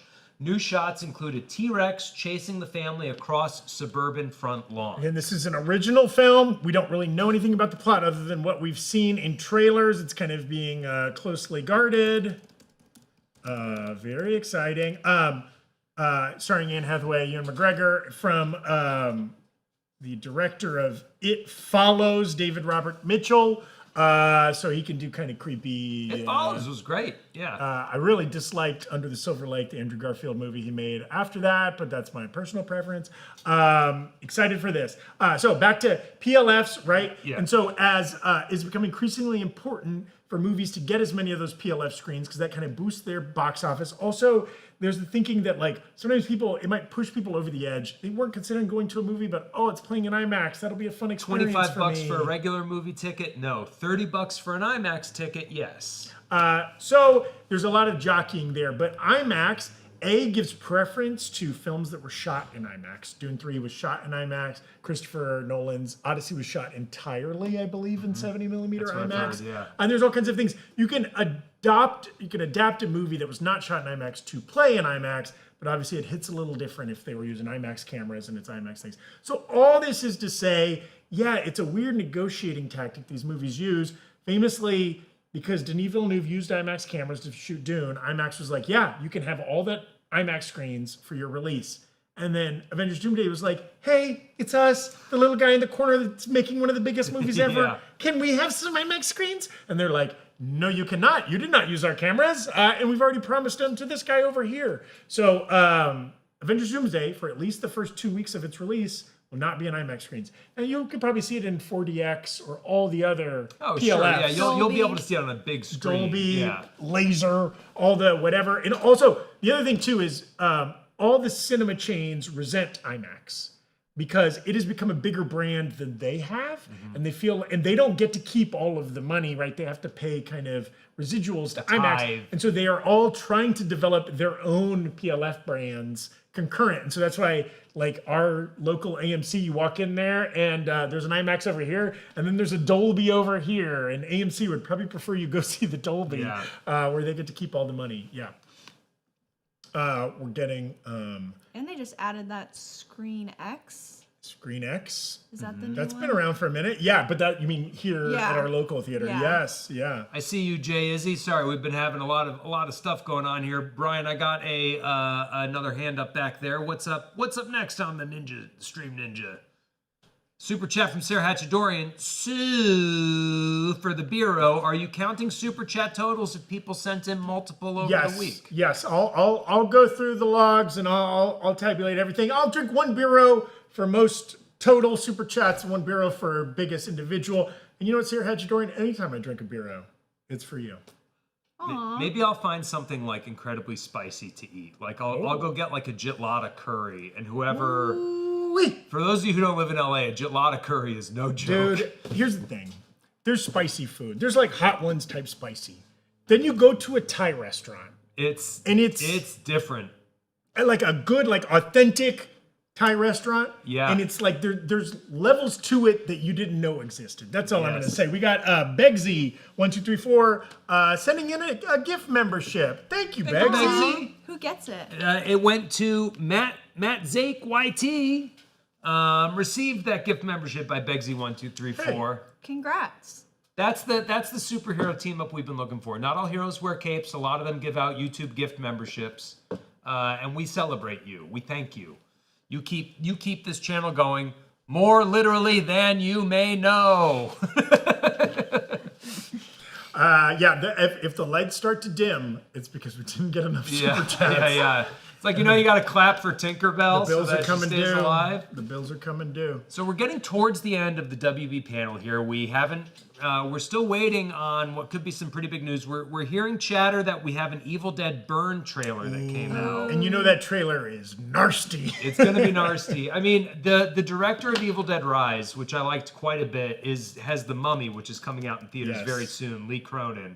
I'm excited for that. I don't know who directed Evil Dead Burn off the top of my head. Sebastian Vanasek. That's not a whose name I'm name does familiar not with. ring a bell, but he has previously directed something called Infested and something called Crocs. Great thing about, especially the Evil Dead franchise, they've been kind of plucking these foreign directors who have shown some promise maybe in foreign language films and letting them go. And there's a rich history of that. Even Fede Alvarez, who didn't he do an Evil Dead? He did the Evil Dead kind of reboot, and then most recently did Alien Romulus. Alien Romulus. Yeah. And it's like there's something about film is a universal language, and certainly like horror and terror are kind of universal languages that translate really well. I mean, there's a lot of my girlfriend is super into horror, so I wind up watching a lot of. She's like deep in on like the subgenres of Korean horror that I'll never be familiar with. But there's a ton of great international horror, and it's fun because it draws from such a cultural background that is so divorced from the American cultural background that it surprises you in different ways. It really gets around a lot of the formulaic stuff in a way I really enjoy. I love that. I feel this way about foreign crime movies as well. I always appreciate when I don't recognize any of the actors. I feel like you can lose yourself a little bit more in the story. Because it's like, as much as I love a movie star and like, oh, it's Scarlett Johansson, it's hard for me to forget that it's Scarlett Johansson and not a woman in peril or whatever, Anyways, go watch Ganjam Haunted Asylum. It's not going to blow your mind, but it's like a real solid, you get your sign it up Have we for. talked about Cure before? About what? Cure? No. That's, I believe, a Japanese horror movie. Ooh-wee. That's a good one, too. Okay. Pretty good. Okay, we're getting word from Sarah Hatchadorian. Don't know who that is. We have Mortal Kombat footage being shown to the room now. Maybe we'll get some updates via Erik tweet. So this is an interesting film, right? It was delayed. It was supposed to come out last year. Yes. It was delayed to this year. I believe it's actually coming out relatively It's like May 8th or May 9th? 8th. You nailed it on the head there. Wow. Mate. Bringing in Carl Urban, to play Johnny Cage. Great casting, I Yeah, think. Carl Urban. Yeah. I saw. I think it might have even been on the new Rockstars page, or maybe somebody else had a thing like Carl Urban might hold the record for most franchises he's appeared in. Because he's Scourge in Thor Ragnarok. He's obviously in The Boys, Lord of the Rings. Lord of the Rings. He played Judge Dredd. There's like 7 others. There's a he's couple. He's in the Bourne franchise. He played a goon in the Bourne franchise. I mean, and he's he's great in everything. I also once saw him at Neptune's Net in Malibu, getting off a motorcycle. There you go. That's the prime Carl Urban experience. Yeah, he was just cruising down PCH. Yeah. Stopped for some fried shrimp, my man. Okay, we got a super chat coming in. Hand from Brian. Star Trek too. Pick one. I got to. Star Trek too. Good Yes. call. Yes. Okay, pick one. $10 super chat from Vibey Woodchuck. Shrek vs. Wick, Shoot the Swamp, Shrek 5, 50 Shades of Green, or Shrek Unchained, an exciting original spin-off that beautifully blends the imaginative worlds of both Shrek and Django Unchained. I'm going Shoot the Swamp hardcore. I want to see Shrek versus a bunch of gnomes, a bunch of gingerbread men. This is a good question for tomorrow. Yes. When we... In theory, we're getting a Shrek movie next year, and the Universal panel will probably talk about it. Yes. Yet another Zendaya project. Amazing. She's in all the movies. Amazing. Yeah, it's time. It's time to bring back Shrek. I don't know which one I like. 50 Shades of Green, so it's just, are we seeing full frontal Shrek? Full frontal Shrek, yeah. The internet has it. It's been around for years. That's not new. The full frontal Shrek technology was developed in 2000. Is that how we get Gen Z back on board with sex scenes in movies? Yeah. Yeah, it's just, full frontal. Shrek and Fiona? I like Shrek Unchained. You're going Shrek Unchained? I mean, it's the only one that has a description. Well, it beautifully blends the imaginative worlds of both Shrek and Django Unchained, sure, but Shoot the Swamp is both a description and a subtitle. I also like describing Django Unchained as beautifully imaginative world. The plantation slavery with guns. Beautifully imaginative. Yeah. I mean, if yesterday we predicted Spider Dong, I think today it's okay to predict Shrek Dong. Over under 20% on Shrek Dong. When you picture Shrek naked in your head, is it an image that comes to you, or is it kind of hard, you can't picture him out of the tunic? Have you seen Shrek is Love, Shrek is Life? No. What is that? You have to look it up. Okay. Can I look it up? Not at on a work or is computer? This do it on my phone later. It's kind of it's like a thing. Okay. Okay. So, all right. Interesting. Yeah. Because I'm just picturing that his wiener looks like one of his ears, and I don't know if that's canon. not. That's my head canon. Brian, do you know what I'm talking about? I do know what you're talking Yeah. about. Okay. Okay, so it's the a youths, Gen Z the thing. youths know. Yeah, because everyone's like, "Oh, Shrek 5 is the first post Shrek is Love, Shrek is Life, Shrek." In kind of post, where he's a meme. Yeah, Shrek kind of taking over the internet. It will be the last. This movie is currently slated. This is June of next year.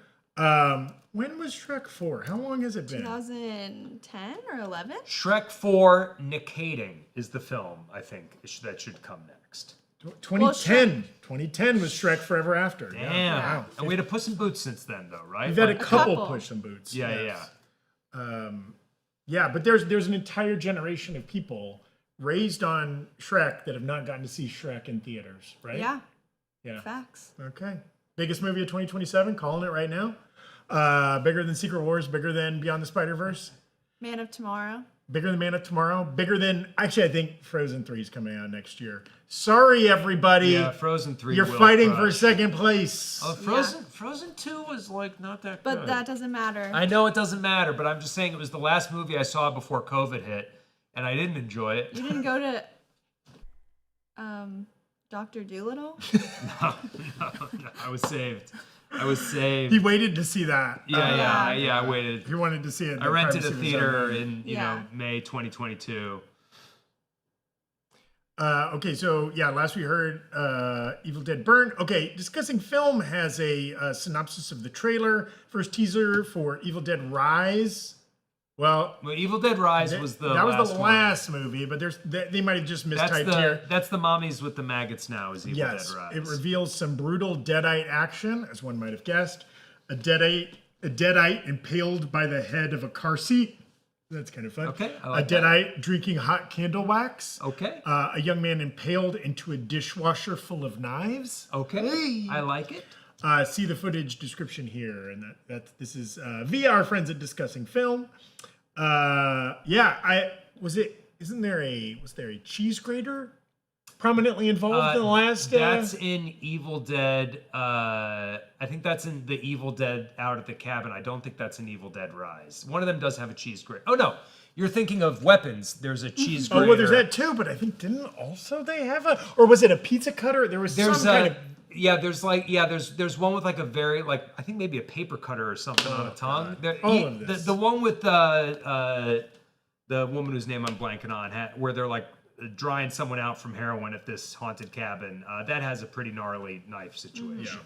Not as gnarly as the knife on the melon from Bring Her Back. That's one of the gnarliest things I've seen in a movie in a long time. That was real trouble. That was bad. Gnarls. Okay. So again, recap of things we've so far heard about at the Warner Brothers panel. We got a little poster and a cast list for Lord of the Rings Hunt for Gollum coming out next year, 2027. Digger coming out later this year. Tom Cruise, heavy prosthetics. Gonzo comedy tone. Stacked cast. Let's go. Very interesting combination of qualities for Digger. End of Oak Street. We got more images of a T-Rex chasing the family. End down of Oak their Street suburban feels street. very like Amblin coded, right? Like with maybe like some Cloverfield sprinkled in. Some but like kind of like family. Like the kids are in danger, but it's still like a family adventure movie. Like I'm into that. I'm into that. Godzilla X Kong Supernova. We just got a title for that film. Also coming out next year, 2027. James Gunn, Nicholas Hoult, David Cornsweet appear in a video montage to plug next year's Man of Tomorrow. So do we think James Gunn isn't there? Refresh the thing. We're getting some chatter in the chat over what is in the bags. It's a Thing 1 and Thing 2 I guessed it. Wig. Oh. Who's saying this? Sarah Hatchadorian, who I'm beefing with. Inside the President is a Thing 1, Thing 2 wig. Like kind of with the puffy kind of troll doll hair, kind of. Yes. Thing 1 and Thing 2. Thing 2 and Thing 1. They can do anything under the sun. No one knows the Chuck Jones one. Now, according to media updates, Nicole Kidman and Sandra Bullock are there in Vegas. Okay. Oh. Might see some Practical Magic 2 on stage. We got a super chat coming in, Brian. Our friend Marvel Pirate coming through at the end of the stream. Find a mask and each person put it on and give us your scariest laugh. Do we have masks here? What a strange. We got some helmets. Let's see here. We're just doing your bidding now, Marvel Pirate. Are we dancing for dollars? I'm not above it. I'm not above dancing for dollars, singing for my supper. We'll see. We'll see if we get to it. There might be movie stuff to talk about. There you go. I gotta take my glasses Now off. that is a former popcorn bucket, but also a functional helmet. Or no, maybe that was just a helmet. We have a similar one that's a popcorn bucket. Okay, ready?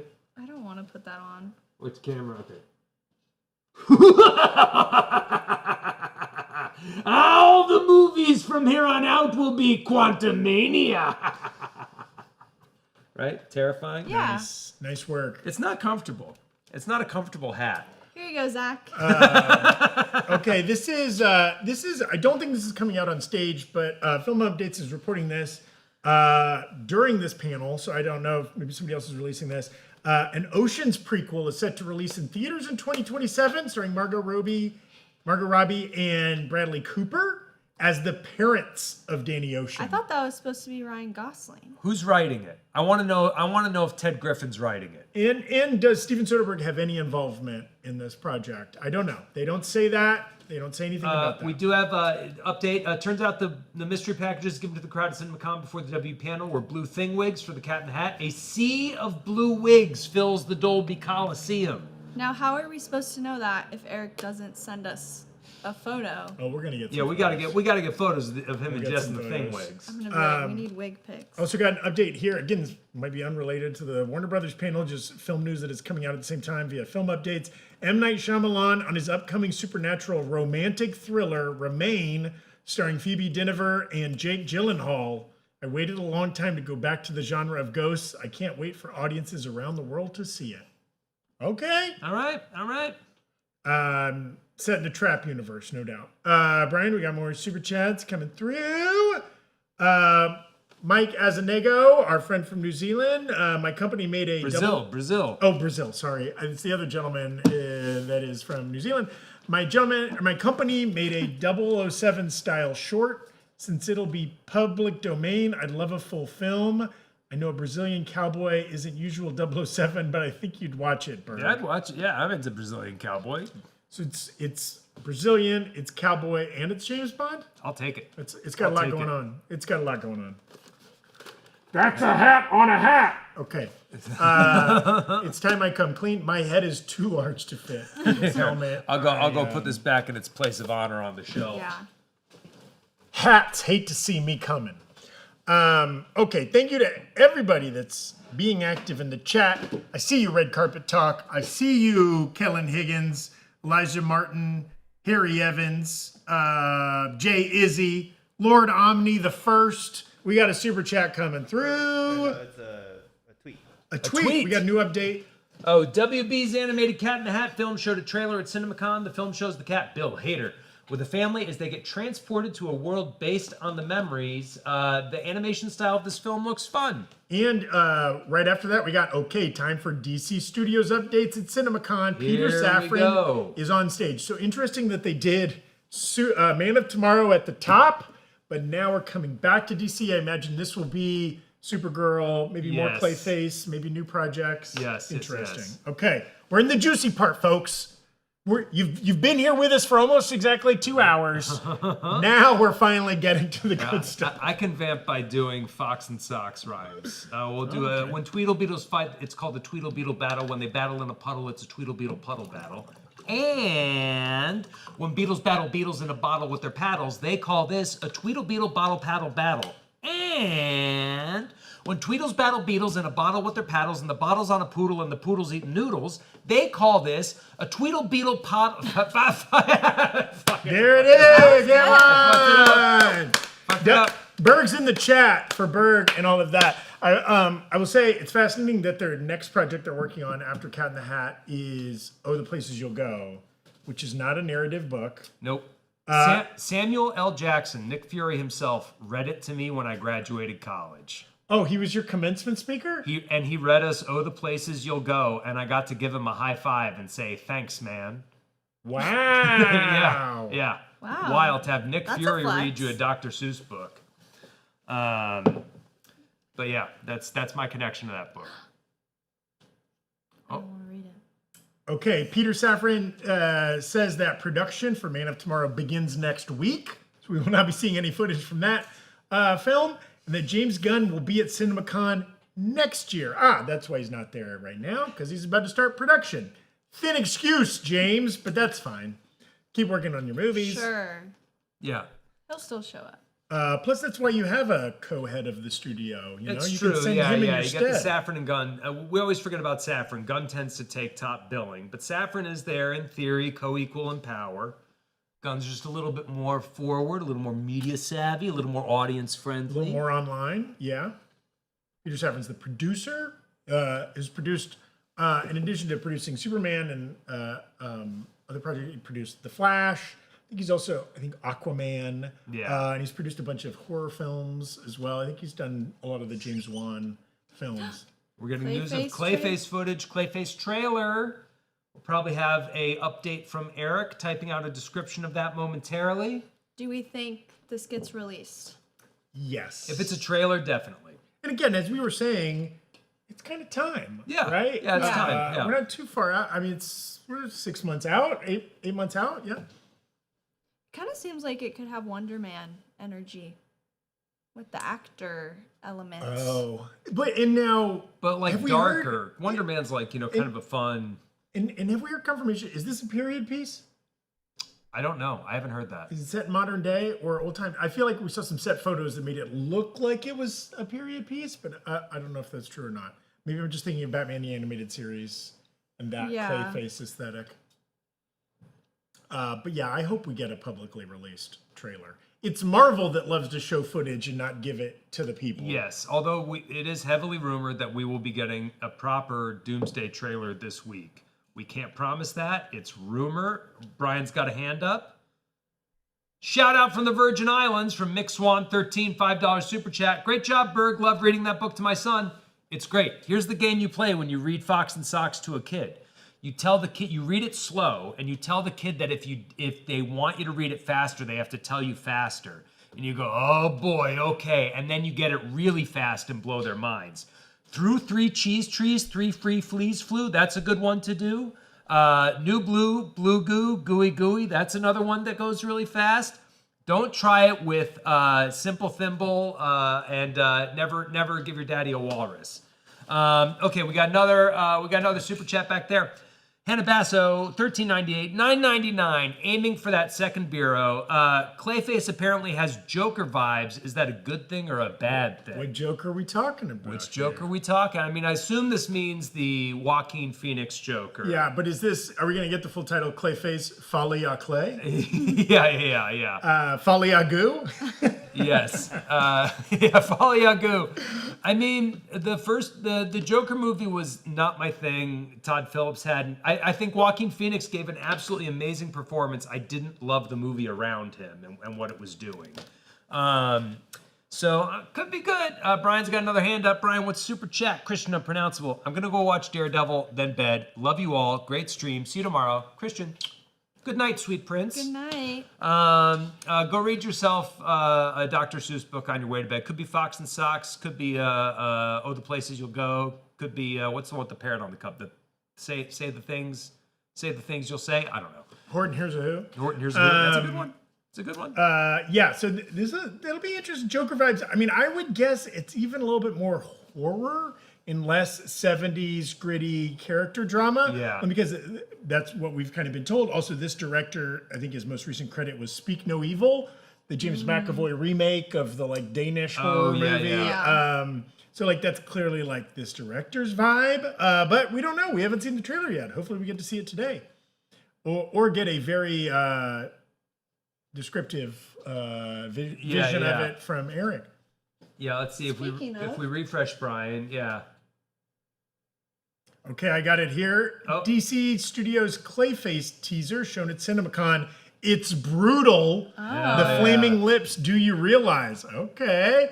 Echoes over Tom Harry's as actor Matt Hagen, who, due to a facial injury, is now sitting in a bed with one eye open, glaring out from under bandages. Quick shots cut in to show his glamorous actor life before the injury.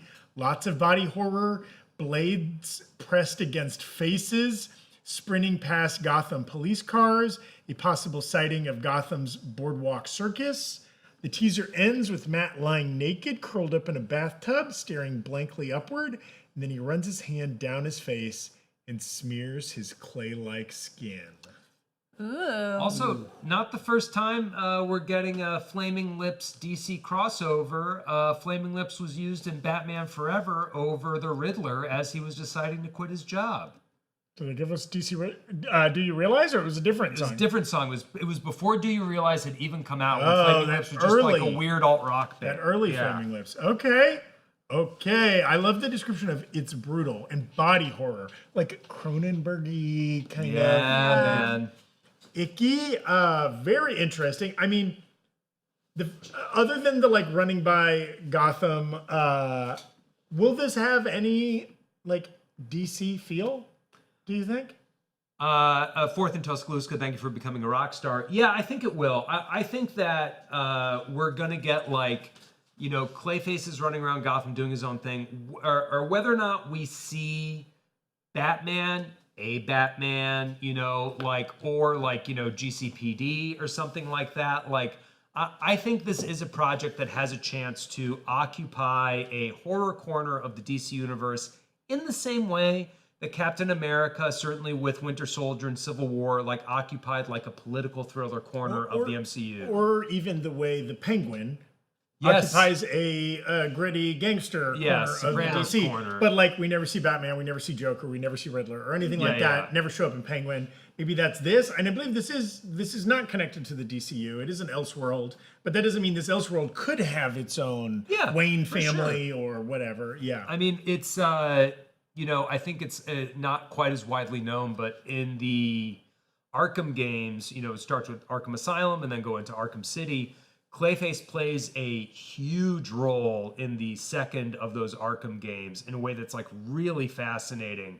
And without spoiling anything, I would love to see them take some of those plot elements and integrate them into whatever this movie is. I also recently rewatched Sam Raimi's Darkman. Oh, yeah. Which has some elements like superhero guy that can kind of like mold his face to look like other people, but is also brutally scarred and has like kind of some dark elements. So like there's some parallels there. That didn't go quite as horror as it sounds like this does. Yeah. It was a but little more campy. yes, Yeah. campy as Sam Raimi is wont to do. But yeah, so I mean, there's precedent for pulling this off in kind of the superhero genre. Yeah, I mean, and everyone in the chat saying that it was going to be Elseworlds at one point, but now Gunn has said it's canon. So Clayface is going to be in the DCU. But again, we don't know time period. So could this be Yeah, just don't like know when. 50 years before the events of Superman or something like that? Yeah.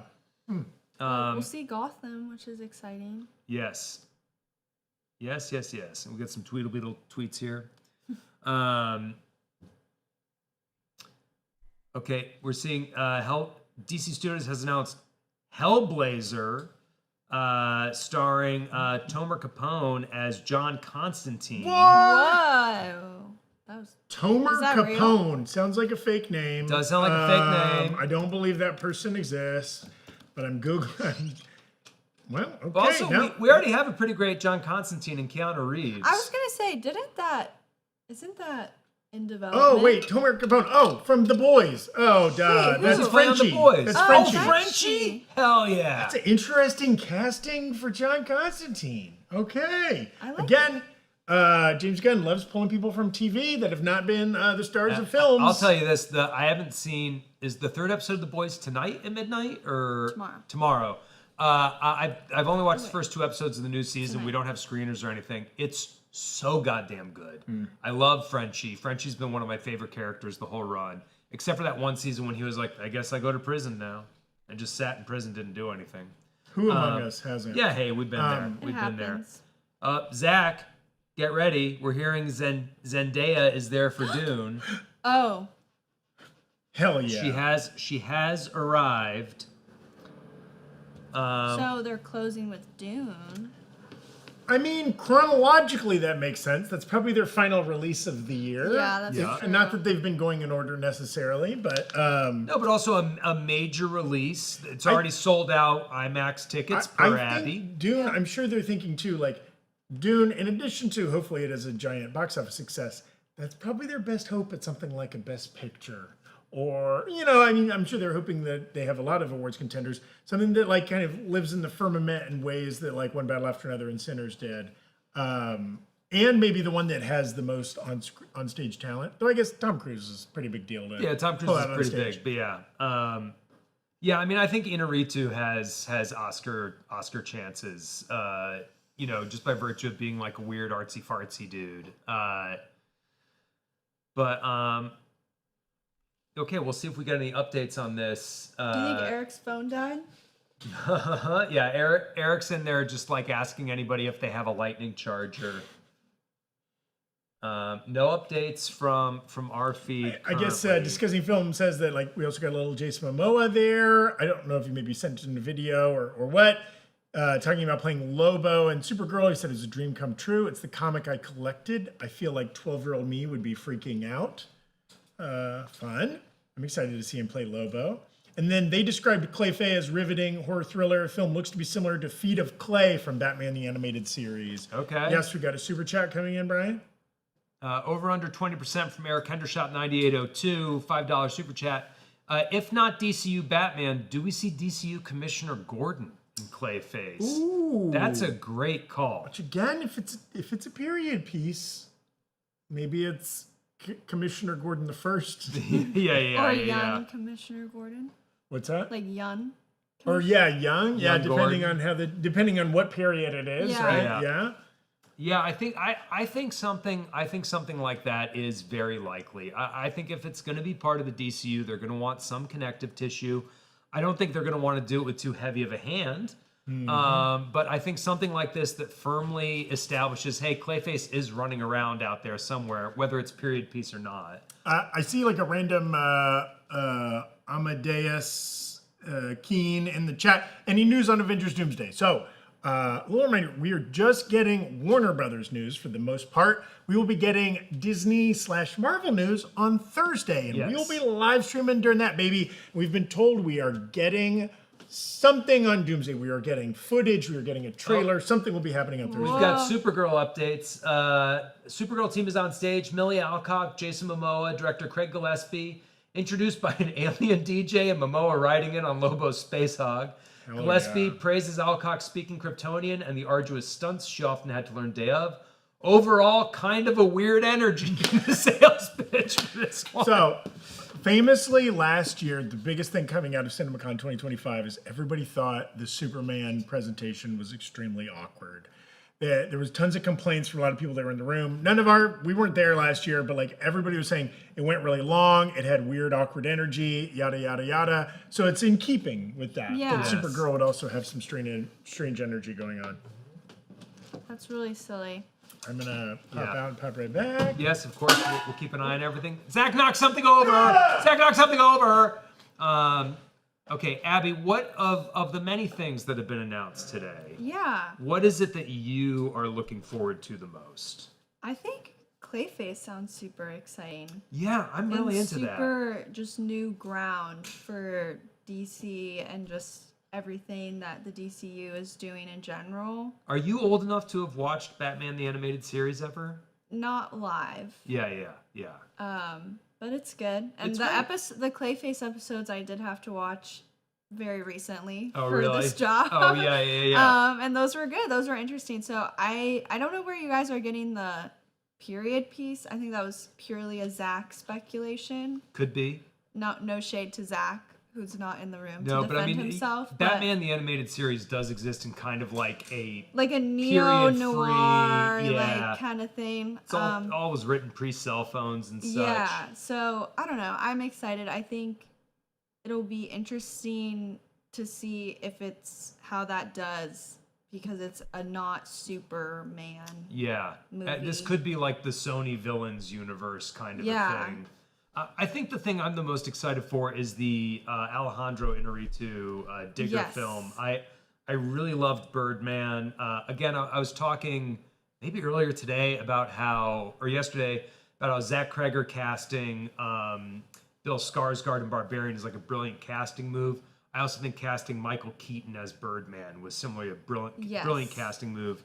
I really loved that. I really loved Revenant. So I think that might be the thing I'm the most excited for. Clayface would be a close second for me. It definitely stood out today because I feel like everything else was, I wish I could see the alien DJ.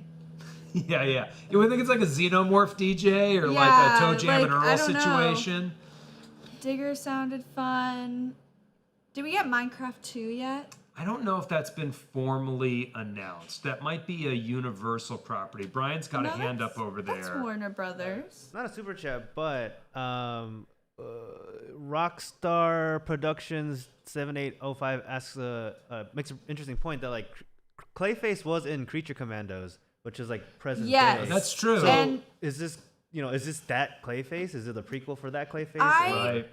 I think I forget what Erik's take on it is from the breakdowns, but I do know that James Gunn considers it canon, but it's also it's not Clayface because it's a guy that's like is transformed into Clayface or something.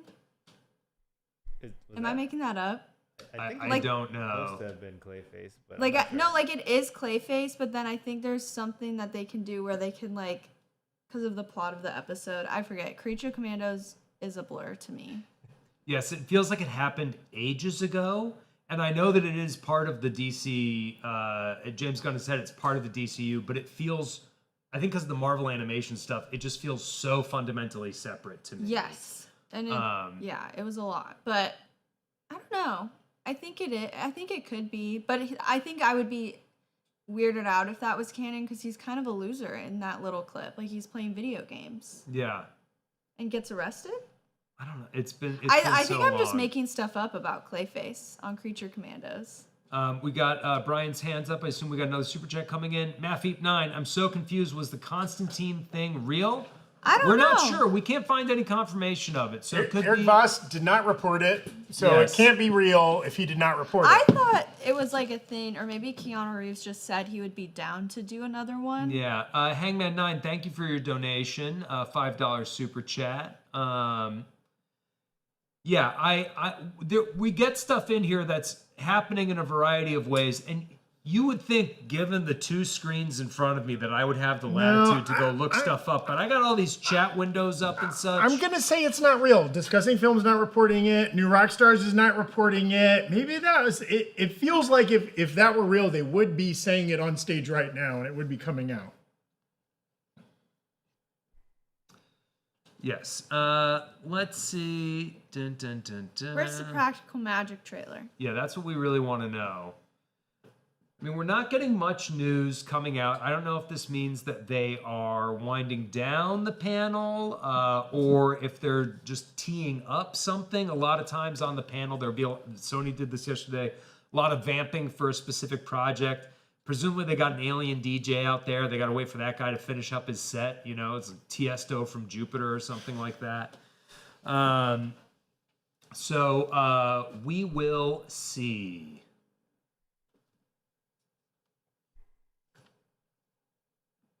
Anyone want to challenge the bureau?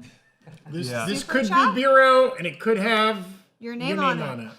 Specifically my name, because I'll be drinking it, but then I will be shouting your name. So again, whoever has the most cumulative super chats and the largest single dollar super chat, I will drink a Bureau in your name during the Disney panel. And I'm willing to drink more than 2 Bureaus during a panel too. Okay. I like the concept of you 2 bureaus in watching the Doomsday trailer. Double fisting bureaus. Just drank 2 Bureaus. Dare me to drive? You know.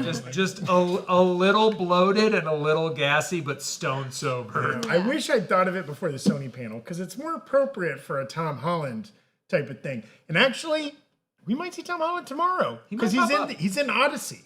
Yeah, I bet him and Zendaya are staying at Caesar's Palace. He videoed in for the Sony thing yesterday. So if he's in Vegas and just like videoing in from like the floor of the MGM or something like that. What's he doing? He's busy shooting craps. Pray for Jessica Clemons being in a Vegas casino. I'm not saying she has a gambling problem, but I know she enjoys a little gambling.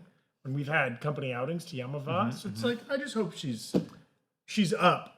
You know what I mean? We got a super chat here from Murray in the Mix, pound 99. Thank you, Gov. Sebastian Stan is Two-Face. Is this happening? I believe that was confirmed a while back. He was going to be Harvey Dent. Yeah, he's been confirmed to be in the movie, and I think the word was Harvey Dent, but we don't know if Harvey Dent meets his two-facedness over the course of this film, or if that'll happen in some other movie. Yeah, or it might just be setting him up for later, or it might just also be like, hey, we needed a district attorney. Yes. We're not going to have it be some random district attorney. The other big news there, we know Scarlett Johansson has been cast in the film, but we don't know what role she is playing. Yes. So, That is still up in the air. There have been some theories.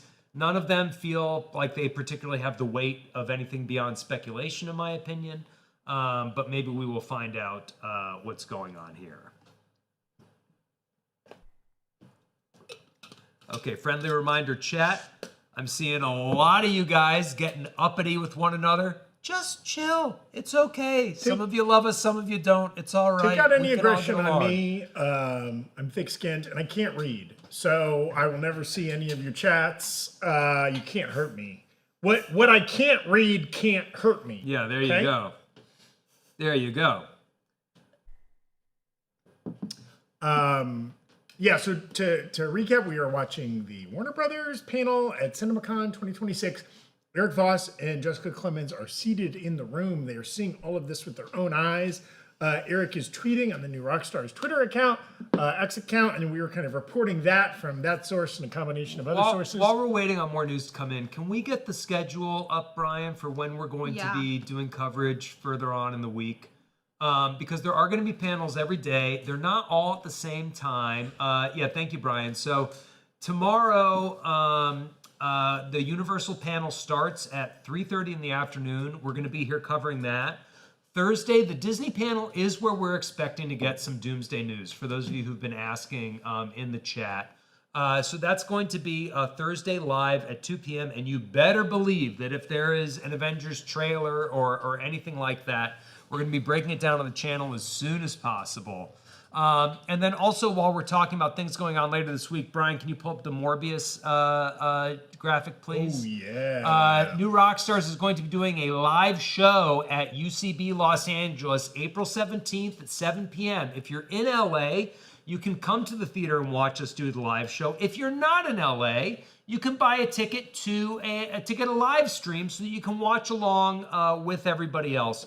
Carl Tart is going to be there, writer on Saturday Night Live. You saw him in Wonder Man recently. He was the late night host giving Doorman a hard time in the Doorman episode, written by Zeke Nicholson, friend of the channel. But that's going to be this Friday, April 17th at 7 p.m. Link to the tickets in the description. Otherwise, go to ucbcomedy.com. You'll be able to navigate towards tickets there. Okay, I'm seeing another super chat here from Lost Chief. Brian, if we could pull that up. $5 Brazilian. I eagerly await for Black Adam 2. We're still getting that, right? Oh, yeah.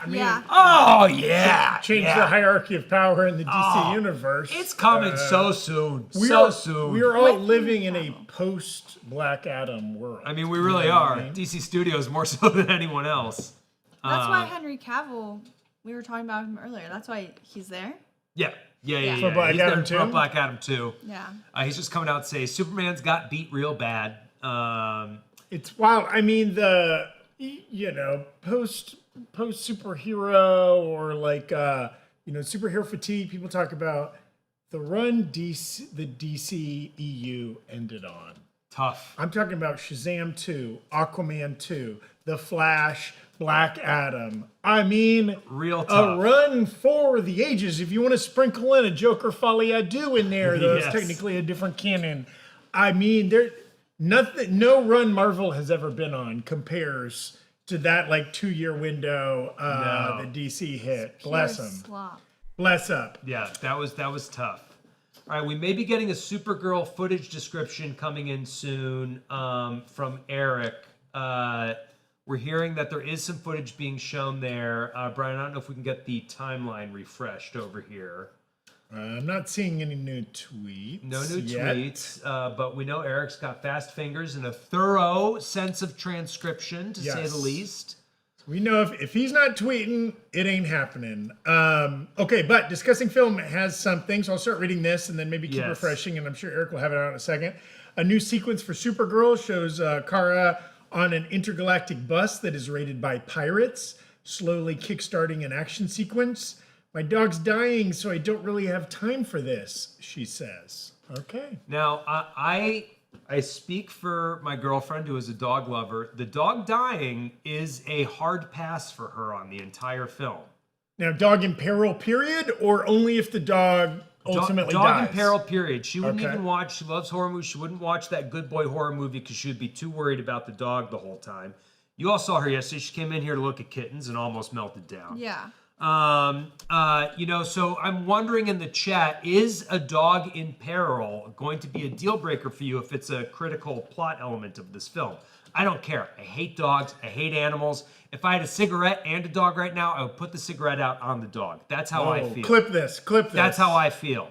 I can't read, otherwise I would clip it. Okay, we're Brian's getting a got super his- chat Brian's coming got his in. hands up. Hannah Basso coming through. My super chat goes to a massage for Eric's hands for typing. Yeah, I would be cramped up after a day on the Yeah. thumbs. But do you On the think thumbs. his plan was to bring his laptop in? Hopefully he's getting good Wi-Fi in there. I think he probably has a laptop and a phone going concurrently. And again, he's also recording a Daredevil Born Again breakdown in the He's room. He's doing it right now. Yes. Because Daredevil just came out at 6. That's right. So he's currently watching that episode. Our breakdown will be out shortly. A lot of people in the chat giving me crap for my dog comments. I want to clarify, I own 2 dogs. They're both pampered as hell. Yes. There's a dog bed. We don't even have a dog in the office today. And I want to show you. This is Gigi's dog bed. It not only is a dog bed for Gigi, but it also has a custom knit blanket just for Gigi. This is the level of actual pampering my dogs get. But an imaginary dog that I didn't like, oh, it's going to have a rough time. My take, I also was against, on the latest Supergirl trailer, I was not about the whole dog in peril. Yeah. And I said that, and I was like, I don't know if I can do this. And Erik, and then I also worked on the breakdown, but Erik did tell me that in the comics, that gets resolved pretty Yes, and fast. Crypto He's It's a fine. super dog. Crypto is fine. He will survive this film, but he will be in some danger. He might be sick. Might be some sad crypto for a couple minutes. And I understand if that's a deal breaker for you. We got another super chat coming through, Brian. Benji Goat, will there be over under 20% merch? Over. Over under 20%. That there might be over under 20% merch. Oh, I thought I think we he can was make it asking happen. about I think we can make it happen. I think if we have it by Thursday, we're selling over under merch on the channel. I will hand make with some good permanent Sharpies, some over under 20% merch, and give it away to the person whose name I call out for Bureau. Okay? That would We be got a another super chat coming through.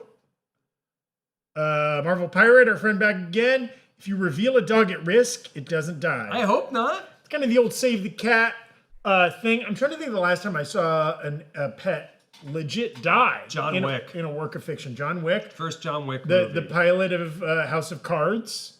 Old Yeller. Yeah. Old Yeah. Yeller was like a mercy sort Yes. of situation. Marley and Me. Very Does the different. dog die in Marley and Me? Yeah. Damn, I never saw it. I don't like reggae. That's why I stayed away. Oh my god. It's no. I actually do like reggae, but I wanted to honor the music by not, Yeah, we got. Okay. We got more super chats coming through, Brian. Okay. Ooh, Seahawks fan. Tough. The Champ 8685, $5. I feel the same way about dogs, mostly due to suffering from cynophobia. If I see a dog, I'm sprinting for the hills. What's cynophobia? Is that Fear of dogs. Is that fear of dogs? Interesting. The Greek root. Hey man, I'll tell you this. I get your fear of dogs, but some of them are real cute and cuddly. We got another super chat from. Oh no! We got Erik's description. Whoa. Okay, this is a long one here. I can read it here. Okay. Supergirl shown to the crowd at CinemaCon. The scene shows Supergirl on a transport ship leaving Ruthie's homeworld. Kara gives a nearby bong-smoking alien some gum to chew. Dog, this ain't your mama's Supergirl. And then sees Ruthie in an argument with the alien fare collector for accidentally insulting them. Kara had left Ruthie behind to look after a wounded Crypto, but Ruthie decided to join in the vengeance quest against Krem. The ship is raided by tech pirates with teleporters. They steal Kara's pocket watch and Ruthie's sword. Kara has snatched one of the teleporting bracelets and uses it to fight the raiders, at one point accidentally teleporting inside of a large alien and crawling out. Ultimately, Kara is trapped in an airlock. She tells the pilots to pilot closer to a nearby yellow sun. Kara puts on a spacesuit to try to float out closer to it, but the pirate captain blows her out of the airlock. Luckily, her frozen body gets enveloped in sunlight and her powers return. Kara rips all the grappling bots off the transport ship, but now the pirate ship blasts her into a ship debris field. Kara uses her heat vision to fight back, a shot shown in trailers, and rips off the engines of the pirate ship, but does not kill them. Wow. Is that a 40-second sequence, or is that like a 7-minute? Yeah, sequence? That yeah. was way more There's a descriptive lot going than on there. discussing. And it's film. also like, it kind of blew my mind. It was like, oh, the whole thing is in space, of course. Yes. Because I'm like, oh wait, she went from like a bus on the Earth to like out there, but no, the whole thing's in space. But she's like maybe going back and forth between multiple ships. It's a little hard to follow that, but that sounds like a wild and very fun action sequence. Yes, absolutely. I mean, you know, Craig Gillespie obviously has like a very good sense of humor, and I think that everyone has been praising since this movie started shooting how practical the stunts are and how much of them is like Millie Alcock just being like, I trained all morning, let's actually go punch some people and stuff. And so I'm optimistic for this movie. You know, I know the budget's a little bit low. You know, it feels like it's a very small scale superhero film. I kind of want that. Yes. I don't want every superhero movie to have to feel like we're saving the city, the world, the universe. I love it when a movie like Wonder Man, I thought was a great example of like, I'm just trying to keep my relationship with my friend. You know, like that, those personal stakes, I think really. Yes. And honestly, great. if we're going to trust, you know, not that James Gunn is directing this, but is producing this, are we going to trust anybody else with like a lighthearted space superhero romp more so than a James Gunn produced film? Yeah. Like, Yeah. Yes. Brian, we got another super chat coming through. We got a more additional tweet. Oh, a new tweet here. We'll refresh. Expanded trailer montage. Among the new shots are images of Kara and Crypto being loaded into a spherical escape pod by Zor-El to leave the doomed floating Argo City, and a new shot of Superman from Kara's perspective in the moment she arrives on Earth as he opens the pod and greets his cousin. Hi there. Interesting. So we haven't seen much of Supergirl on Earth in any of the previous trailers. In fact, am I correct? And the only time we've ever seen Supergirl on Earth is in the post-credit scene Coming of to pick up the Superman, dog, Yeah. yeah. right? So like, is this? How much of the movie takes place on Earth? I don't know. Interesting. Maybe none. Maybe a little bit. Maybe a lot. Do we have another super chat, Brian? Oh, we do, but first, I mean, Supergirl was also in the Peacemaker, like that one scene technically. Oh yeah, they Oh, kind that's of true, yeah. kind of crop her silhouette Yeah. into the background of that scene. Yeah, so she has been on Earth, but like I didn't know if any of this movie would take place on Earth. But we do Yeah. have a super chat, but I don't know if it's. Okay. Carson Robinson, over under 20%, will return title card. Possibly maybe you got cut off there, Carson. Sorry about that. Will return, like as in Star-Lord will return or whatever that we sometimes see at the end of these films. Like Supergirl will return in Man of Tomorrow or... I just want to point out, Abby, Erik is trolling you on Slack because you said we need wig pics, clearly meaning him and Jess. He sent you a wig pic of Jeff Snyder. And along with a tweet that said, the box said do not open, but fortunately for you, I am the only person who dared to break the rules in the press section at CinemaCon. We've got a press corps full of rule followers, folks, and a picture of him wearing Wow. What a wearing a wig. stone Yeah. cold rebel badass Man. Jeff Snyder is. It's like No. it's like I'm hanging out with Iggy Pop. Yeah. Shout out Jeff, I guess. Yeah. I do know Jeff, and he has been very nice to me. But Okay. Yes, I've corresponded lightly with him. He is he really embraces that iconoclastic image online, certainly in his newsletters and tweets and things like that. Yes. But he also breaks a fair amount of news. So he's doing the work. Okay, great. Wow. I'm excited. I wonder if we probably will not, it sounds like if they were shown a full scene, I bet we do not get that full scene. No, but we might get that extended trailer montage in like an updated trailer or something, or a new teaser, or I could see that showing up. But yeah, I doubt we'll see that full action sequence that they showed. Okay, and Carson Robinson from the last super chat, I meant as in over under will return Thursday. I meant Thursday. Yeah, Oh. is your question, will we continue to beat this bit into the ground? My Yes. man, over 100%. Yes. Okay? we're doing merch. Yeah, there will be merch. There will be, I mean, even if I wanted it to die, you guys would never let it We're die. still doing Tiny Kisses, and that was D23 I 2 mean, years ago. Has somebody brought up Fleshy? Has somebody brought up trash bags are in the trash chat. bags in the chat? Balls the raccoon. Bone ponies. Meat wife. Meat wife. I mean, guys, what do we have if not the memes? Okay. Still no practical magic as far as we know. Having been talked about, they haven't gotten to Dune yet. So there's a lot of meat on the old Warner Brothers bone, I would say. Yeah. Yeah, they're still going strong. Oh, here we go. Little Practical Magic 2. There's a very fun and loose panel on Practical Magic 2 with Sandra Bullock and Nicole Kidman on stage right now at CinemaCon, and Jessica Clemons is sitting next to me, hanging on every word. I'm surprised she's not rushing the stage. Yeah, honestly, yeah, we were worried about Jess in Vegas, but this is really the bigger threat. Wait, over under, someone gets served custody papers. Oh, that was it. That's a great callback, Abby. Was it 2 years ago at CinemaCon? Olivia Wilde was presenting her movie "Don't Worry, Baby." She was served divorce papers via Jason Sudeikis by a process server while presenting her film at CinemaCon. Yeah, that was a bad look for Sudeikis, I would say. Yeah, but apparently he couldn't reach her. Yeah, it's Nuts. the only way to do it. Insane. Yeah. Only way to do it. Having had to serve papers to somebody, there's other ways.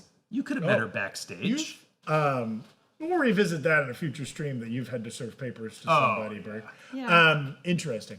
So the Warner Brothers movies we haven't heard about yet. Dune Part 3. We're currently hearing about Practical Magic. The Great Beyond, the mysterious J.J. Abrams movie. Still haven't heard anything about that. That's coming out in November of this year. We got The Cat in the Hat. We got Clayface. We got Supergirl. We got Digger. We got The End of Oak Street and Evil Dead Burn and Mortal Kombat 2. We did get a little bit of Mortal Kombat Tiny 2, bit, I sounds believe, like, right? Yeah. And that's it so far. Okay. So the big ones left, Dune 3 and The Great Beyond, which we may or may not hear anything about. Very secretive Did they production. start filming The Great Beyond? Well, it's coming out in November. Oh, I believe it's so- already been finished. Probably done, yeah. That has Glenn Powell, Jenna Ortega, Emma Mackey, Samuel L. Jackson, Merritt Weaver. Written and directed by J.J. Abrams, who made news last week because he closed his LA office, let go of a bunch of staff. I'll tell you this, having been to that Bad Robot office exactly once for an audition that I did not get and Ben Schwartz rightly beat me for. They had a phenomenal collection of old typewriters, cool old sci-fi toys like phasers and stuff, and Star Wars replica props. It was fucking rad. It was just like the coolest waiting room I've ever been in for anything in my life. I was outclassed the second I walked in. It was rad. It was a very cool building. It was a very cool building. That sounds awesome. Yeah, a loss to the LA film community. Okay, let's see. Looking like Zendaya, Denis Villeneuve, and Timothée are taking pics right now. Oh, Timmy's there. So presumably we will get some Dune 3 news shortly. I hope they lead the whole crowd through the Dune 3 chant with like a karaoke bouncing ball kind of thing. What if he does the voice? Would love it. Would love it.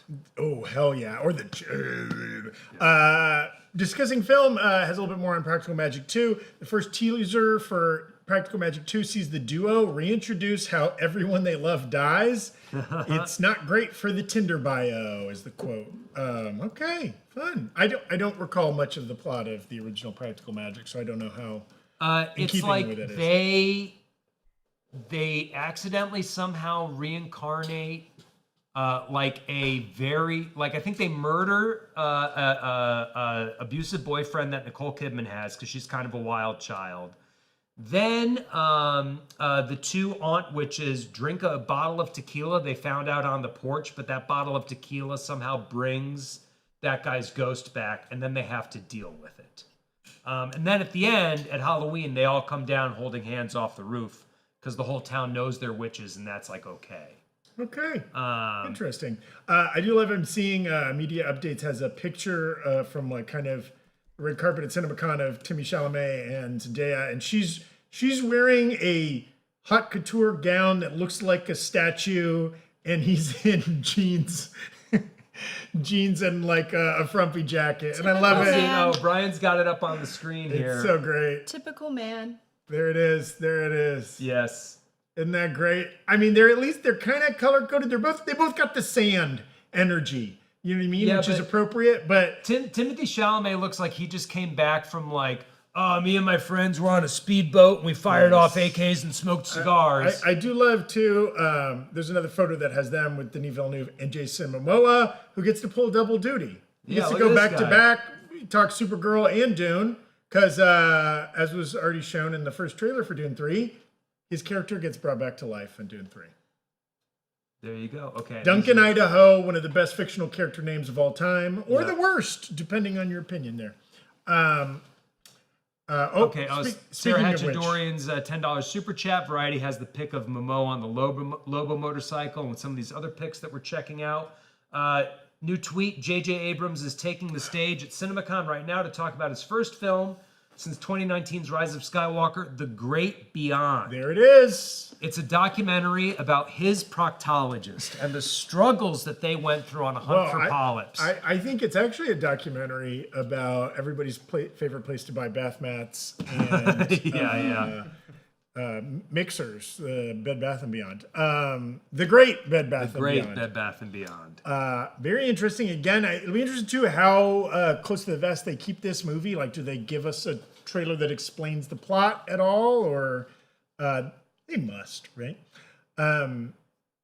Okay, I'm searching around. Can we find the pic of Momoa on the Lobo Moa. I would love to see it.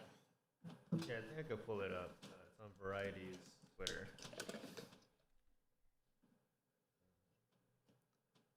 Okay, let's see. None of these are the Variety Twitter pic. Oh, there we go. Whoa. That's pretty cool. I mean, and it's practical. Like it rides. That's going to be at the Peterson Automotive Museum in Hell 6 yes. months. I know it. Also, I mean, it reminds me. It's a little bit like the Dark Knight motorcycle, where it's just giant fat tires. Or I guess the Batman had a giant fat tired motorcycle as well. There's a great clip of the stuntman trying to drive it through that graveyard and wiping out. I haven't seen that. Because there's a reason normal motorcycles don't have giant fat tires. Yeah. It does not make them easy to ride. If you're going straight, it's no problem. If you're trying to turn, it's no good. Yes, that looks great. And again, he looks at home on it. Yes, he really does. There's not another man alive, maybe besides Norman Reedus, who looked more on. I enjoy the grin on his face in that photo of just total kid in a candy shop. Look at me, I get to ride a big silly motorcycle. Yes. Do we think Lobo will survive? Yes. Yeah, I think so. I think he's going to be someone who pops up as like a continual punching bag who can punch back. Over under 20%. We see in our lifetimes a Lobo solo film. Oh, I think over. I think if audiences respond well to Momoa, Maybe a streaming show.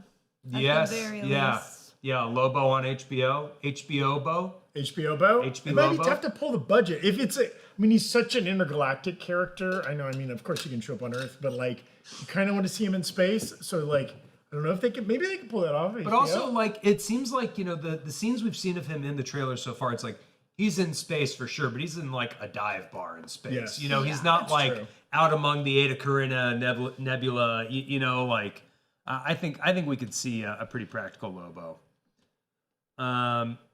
Pretty Practical Magic? Pretty practical magic, yeah. Lobo and practical magic over under 20%. Is Practical Magic 2 going to explore at all how these two witches in their 50s haven't aged very much in the 30 years since... It's practical magic. It's the most practical magic there is. I feel like it could be very easily made canon about like, Yeah.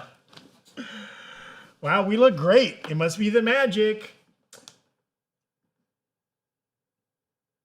Also, there's no actor that's acted more than Nicole Kidman over the last 20 years. I feel like... I don't know if she takes a day off. I don't think she does. And like her agents must just have like a giant whiteboard that is just Jenga-ing how she can go directly from filming this to filming this. Because she has like every year she's in 3 TV shows and like 4 movies. Yeah.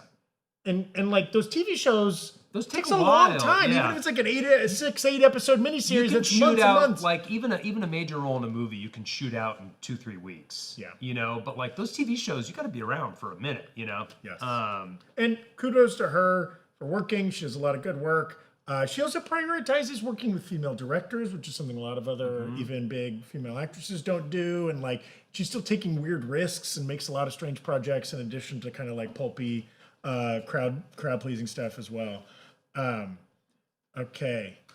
All right, we have a Slack update from Erik. Lol, guys, the panel is still going, so there is still stuff happening in Vegas. Stay in line. At the not WWE leave, panel. Stay seated. They're still paneling. We haven't gotten to Dune yet. While we're waiting, let's do a quick plug for Nerd Riot. It's been a minute. NerdRiot.shop is where we sell all sorts of merch. Tees, hoodies, beanies, coffee cups with designs from your favorite fandoms. Zach's about to hold up the Which One design from Spider-Man Brand New Day coming out. We've got Daredevil designs. This one's from Mando and Grogu. We got a bunch of Star Wars helmets. Zach, this is the classic. Yeah, new mask, same task. That's nerdriot.shop. Great way to directly support us. But breaking news, we have a new tweet on the screen behind us since I started talking. The Great Beyond, written and directed by J.J. Abrams, is an original film coming November 13th, 2026. It stars Glenn Powell, Jenna Ortega, Emma Mackey, Sophie Okonedo, Merritt Weaver, and Samuel L. Jackson. Abrams says the film is about reconnecting with that sense of wonder we had as kids. Big story with huge scale, otherworldly consequences. Glenn Powell plays a character who peaked in high school, and the O in the movie's title logo is a spiral portal. Footage coming soon. Okay. I'm still not convinced it's not about a proctologist. Yeah. Because what portal would have more otherworldly consequences than a hole that sucks you in, a black hole of some kind? I don't know. Interesting. Big story with huge scale and otherworldly sequences. It immediately makes me think of Flight of the Navigator. Sure. You know, like that era of film. What was the J.J. Abrams movie? Was it 16 millimeter? Yes. Super 8 is what it was called. Yeah, different 16 film format. millimeter was the Nicolas Cage one about snuff films. Yeah. Yes. But Super 8, which was like an original sci-fi film, but kind of maybe it's in that vein. I love isn't Glenn Powell is this the 50th time he's played a character that peaked in high school? Hey, if it works, it works. Yeah, That's right. When he read that, I was like, oh. That's who you cast if you need a guy that's like too every good movie. looking. I can see it because it's the last thing I watched him in. We need to take him down a notch. Even Fox McCloud, you know? Yeah.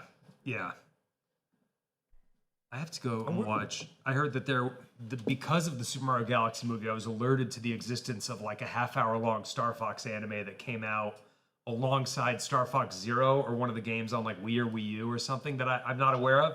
And the stylized footage of like Fox's intro in Super Mario Galaxy, I was like, this rules. I grew up on Star Fox. I want more of this, so I got to go find this. I got to go track down this anime now. Where are we at as Glenn Powell as movie star? Where are we at on him? I think he seems like he's pulling a Sam Worthington where everyone's really pushing him, but the crowds are not yet accepting him. I don't know. I think he's kind of doing a Nicole Kidman, but way too early. He's working so much. Yeah. And I think that might be my one criticism, because here's the thing. I think I would put him ahead of a Sam Worthington who he's bringing a little bit more. He also I think he brings writes more films. than Sam Worthington. He wrote Hitman, and I think he's written another film that he's currently making or something like that. So it's like he's working a little bit more. But I agree. It's Thank you, Rich For Girl. Welcome to Rewatch. Okay. He's doing too much. Like he's got like at all times he has a movie and a Hulu series, and then like before you know it, he's got another movie. I think he's doing something that I am very sympathetic to, which is like he's really trying to strike the anvil while it's hot, and he's casting himself wide. You know, he's doing the Chad Powers thing. Like, you know, he's doing every project he can. While he can, and I totally, it's the most insane industry to try to build a life around. And like, you know, as an actor, you try to pick the best projects you can and the best collaborators, but that doesn't mean you know that the movies are going to turn out good. On paper, I'm sure he's like Edgar Wright, Running Man. Yeah, awesome. He didn't know it wasn't going to turn out great. That movie he made, Margaret Qualley was also in. How to Make a Million, kind of came and went. Nobody paid attention to it. He was on a hell of a run with Twisters, Anyone But You, Hitman on Netflix. Yep. he had quite a run, and then like maybe he's had a couple misses lately, and again has done some TV series. I like him. I'm optimistic for him, but yeah, it feels like he's just taking every job that comes his way, rather than doing like a Gosling of like, well, I'm not going to be in that much, but the stuff I'm in is going to be really fun. Or a Chalamet or a DiCaprio Yeah. or whatever. But now, not everybody can afford to do that because We're getting news that people dressed as Fremen are in the aisles of the Coliseum, and Yes. Dune Part 3 is closing out the WB presentation. Ooh. hell yes. And is Erik chanting? You know he is. That is awesome. Will there be a sandworm? Will the Shia make an appearance on stage? Yeah, let's. I feel like this is when Zach's gonna have the most FOMO. Oh God, so much FOMO. Okay, Zach will drink a beero out of this Dune 2. Not filled. You know what I mean? No, I won't fill drink. it with I won't Bureau. drink 90 How ounces about- of Bureau, we should but do like a chart for like every like $50. yes, Yeah. we'll have this set up tomorrow, like one of those, like a thermometer fundraiser yeah. or whatever. And like every time we get to a certain threshold, I will mark it off. I will drink. How about maybe for tomorrow? In addition to the names, I'm already gonna read off as I drink the Bureaus. I commit to that. But maybe we add on to that tomorrow. Every $100 in super chats, I will drink another Bureau. Sure. Yeah. For If every you can individual handle that many person's, bureaus, or every time we reach 100? Cumulatively, we hit $100. I would be so. I can't burp, and so anything carbonated, even drinking like one bureau, I would be just bloated for the rest You of the night. can't burp? I can't burp. It's genetic. My dad can't burp either. I don't know why. Can you toot? Oh yes, I can. Do you think you toot more because you can't Yes, burp? I do. I make Okay. up for lost time. I You make just up for never lost like time. burped. I mean, it happens to me like twice a year, and I'm never ready for it, and it always freaks me out. I just saw something in the chat that I need to address. Okay, Lord Omni the First. Now maybe you're trolling. They said, "What's so hype about Dune? I don't get it. Explain, God. someone." No, nobody explain. Okay, here's the thing. Both those movies, Dune 1, Dune 2, are available to stream on HBO. You can go treat yourself. Go treat yourself. Queue up Dune 1, and then you won't need to have it explained to you. Okay? I leave it at that. Go watch the movie. You'll get why it's hype. Okay? You'll get why it's hype. Okay, so we're now getting updates on the first trailer for J.J. Abrams' The Great Beyond. Erik is saying it's a classic J.J. mystery box trailer that doesn't reveal much, but we see a computer screen read off the H.G. Wells quote about the existence of another world of sight and sound. If I had to compare it to any other film, I would say Close Encounters of the Third Kind. Midnight Special. God, that's a great movie. Good pull. I honestly don't know what to make of it, but I'll be... Is that the one with Michael Shannon and Michael Joel Shannon, Edgerton? yes. That's a great That's a movie. good one. Man, that movie is so good. Yeah, that movie is 10 years old this year. That's from Jeff Nichols, the director of Mud and a bunch of other things. But yeah, interesting. So that movie, and that was a little scene movie. So like, if you don't quite remember, like that's about like a father and an uncle trying to get this young boy that is exhibiting these like special powers. yeah. And they maybe came from like a kind of like religious cult or something like that. Yeah. Trying to get him across the country as these like kind of powers are manifesting. It's a beautiful movie, but it's mostly very grounded and small, even though there are these big things kind of happening. Dune So- Part 3 takes over the stage at CinemaCon. We hear Paul's chanting from the recent trailer and footage on screen as Fremen soldiers march down the aisles. 2 fly up on wires. Denis Villeneuve, Timothée Chalamet, Zendaya, and Jason Momoa are on I mean, stage. fly up on stage like the like in the beginning Harkonnens of- yeah, at the yeah, beginning yeah. of Dune Oh, 2. that would be Such a sick. creepy, yeah, So great. So now that we know people can fly in on wires, yeah. How What come is- they haven't been doing it more? well, what does this mean for Disney? oh yeah. Oh, dog. it didn't I mean, even have also, yeah. Why wasn't Sandra Bullock flying in on a wire? Why didn't? Why didn't Spider-Man come in on a wire? One of the many. Also, like, I love the idea that like there was like a stunt person in a Fremen outfit that just had to be sitting up in the rafters of this building Yeah, for just the whole entire time. panel. They got a still suit on if they need to pee or something. That's They're right. fine. Well, yeah. it gets recycled. Gets They can recycled, drink yeah. it, so it's fine. Yes. Okay. Okay, we got a super chat coming in from Erik Hendershot. Over under 20%. I like we've even gotten to We've shortened it. shortening it. I appreciate your innovation there, Erik Hendershot. Oh, you too. Doomsday happens, or does Doomsday move up to the date vacated by Jumanji to get a week head start and get some IMAX before Dune takes over. I think they still won't be able to get IMAX. Well, they might be able to get 1 week of IMAX. Right. I'm not sure. But, people pointed out, they already got a clock Yeah. ticking away until that release date. I think Marvel wants to have the week of being the center of the conversation more so than they want IMAX. And I think there's a good chance they'll move up. I agree. Especially if they're as bullish as we've heard from the recent screenings. I think they'll move up and hope that they steal a little bit of Dune's thunder. So we're saying over? I'd say over, not way over. Not way over. I don't. Not a guarantee. It's by no but it means could happen. I'd guaranteed. say 30%. And then I see another super chat here coming in from Edward T. Inside, outside, 40%. We're playing with the metrics here. Left, right. Young Avengers before Mutant Saga. Under. We're getting Mutant Saga 2028. We're getting X-Men. The Young Avengers are old now. New tweet. Timothy Chalamet says that in Dune Part 3, Paul Atreides has become his own worst vision. His character has become the all-powerful Dark Emperor of the universe. His focus now is only to protect the people he loves. Give me that Dark Messiah storyline. Yes. I want a $200 million gorgeous space opera epic that is nasty and has a dark anti-chosen one message. Yes. Yes, sir. And I know that Yes. will not be a popular opinion, and I don't care. This movie's for me and only me. I'm so excited for it. Oh, hell yeah. But yeah, go back to Edward T. I don't think, technically, I guess you can make an argument if are you just saying will we see some kind of a Young Avengers moment in either Doomsday or Secret Wars? Yeah, probably. But we're not going to see a Young Avengers property. We'll get them ahead teaming of. up like we got Pepper and everyone else, and the lady heroes teamed up at the end of Endgame. And maybe even more than just that kind of short sequence. I don't know, half of Secret Wars could be devoted to these young heroes are the only ones left, and they've got to fight to free the veterans or something like that. Maybe something like that could happen. I could see that. Yeah. Wow. Yeah. What a year. We were talking about this yesterday. What a year for Zendaya. She's already in the drama, out in theaters right now. That's been kind of a success as a smaller film. She's in Spider-Man Brand New Day. She's in The Odyssey, and she's in Dune 3. And Euphoria. Euphoria. She could potentially be in 3 of the top 10 movies of this year. She could, I don't know, win an Emmy for her television work, right? Maybe she gets Oscar nominated for the drama. I don't know. I mean, crazy run for her. And then next year, biggest of all, Shrek 5.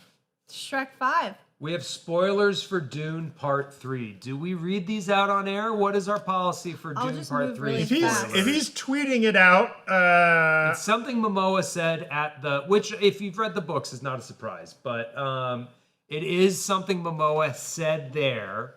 yeah, and actually I accidentally said it 10 10 minutes ago too on this stream, so it's not really a spoiler. But yeah, so Spoilers for Dune Part 3. Feel free to mute for a minute if you're that concerned. Jason Momoa confirms that his character in the third Dune film is a body regenerated from the cells of Duncan, Idaho, and now his character is focused on hate.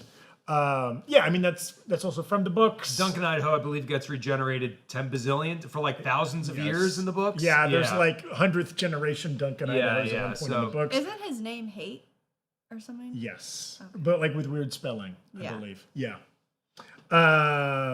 Yeah, that's great. We got a super chat coming in. Okay, Omalore.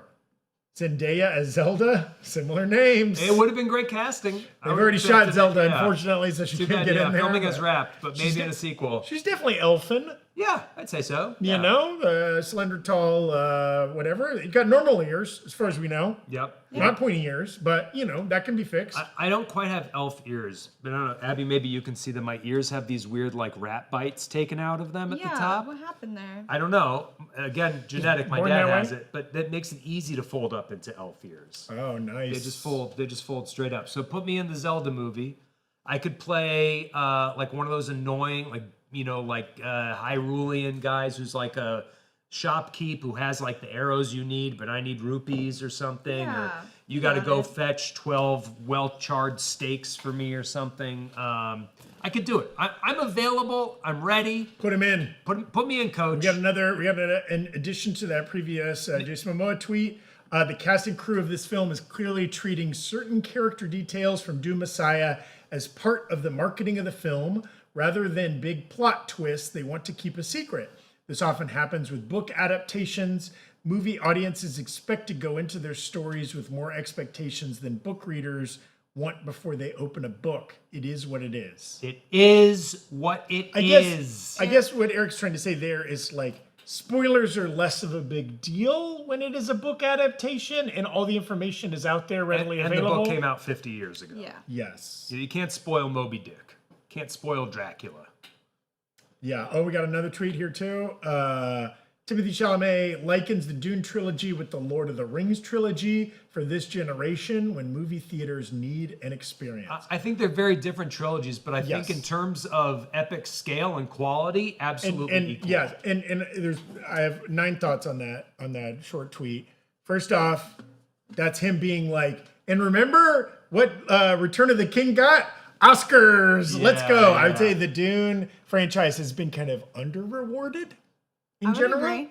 I would agree. For the great work at the big scale that it's been doing. Denis Villeneuve in general has been kind of an unheralded They're watching director. the first 7 minutes of Dune right now. Oh, jealousy. Sorry, Zach. We are going to be getting a 300-page tweet from Erik in 10 minutes. Yes. He is furiously, and he's typing out shit like Atreides and Arrakis and Yes, Getty Prime as fast as he can. But he's both saying like, hey, this is our Return of the King. This is like, we get it. You didn't want to reward the first one. Sequels don't often get nominated for stuff, but this is the big thing. And like, you know, Timmy got a lot of guff for his comments about opera and ballet. And whatever, that's fine. I'm sure everybody watching this has been to 5 operas and 6 ballets in the last 12 months, and you guys are all supporting the arts in that way. But what was missed in a lot of that discourse is he was saying, so that's why we have to make sure the theatrical experience and the film industry survives and is for everybody. It was really a populist message. He was saying like, it's a shame that these other art forms are like small, shrinking, elitist. We don't get to experience ballet and opera on a regular basis. They're not for the masses, right? And that's why he called them dying art forms. Whereas like he was kind of saying like, hey, I want to be a big movie star for everybody and not just make tiny movies that nobody sees because I want to keep this art form alive. And to him, I say, righteous, okay? That's what I want in my movie star, Yes. Timmy Chalamet. Do Wonka too. Also, He is. the amount of people who are outraged over the opera comment that I want to be like, when was the last time before this morning you thought about opera? Yes. You know? And like, I also don't mind, a lot of people are like, oh, he goes up and says he wants to be the biggest movie star in the world. And goes up and says that he wants Oscars, and that's gauche. And like, you're not supposed to do that as an actor. I'm like, I don't care. I want him to be a big movie star too, and I'm fine with him declaring that, you know? It's cool to want stuff. It's not cool to be too, it's never cool to not care, is what I would say. Anyways. Yeah, don't want to be too cool for school. Don't be a hipster. Yes. Just incredible that they get to watch the first 7 minutes. You know that is a cooker of a first 7 minutes. I mean, the first 7 minutes of Dune 2 started with that sequence with the Harkonnens floating up to the Yes. top of that plateau. Yes. Do you think it's like, what do you think's happening? I mean, probably a battle sequence. Maybe? I think that Chani is in line at a drive-through at an Arby's. And she's just going like, my God, why is it so slow? And there's a car in front of her. And she's like, what could they possibly be ordering? We don't see what's going on in the car, but it's tense, right? Like it's tense. And then it turns out someone in the car looks back, pale skin, it's a Harkonnen. And then Chani goes, oh shit, it's on. And she gets out of her car to go start some shit with the Harkonnen at Arby's, but then they drive off. And she's like, you motherfucker! You know, and it's 7 minutes of just the tensest Arby's drive-through you've ever seen. So Chani's in a Tim Robinson sketch. Yeah. Yeah, but she's not getting 55 burgers, 55 fries, Yeah. 55 shakes. Yeah. 55 pies. Yeah. Yeah, I'd be interested. I mean, I bet it's a gorgeous set piece. You know, they could show any scene from the movie. They're choosing to show this for 7 minutes. So it must be like an impressive 7. And they're cutting it off at 7, right? So I'm assuming that's one scene, one sequence. Yeah.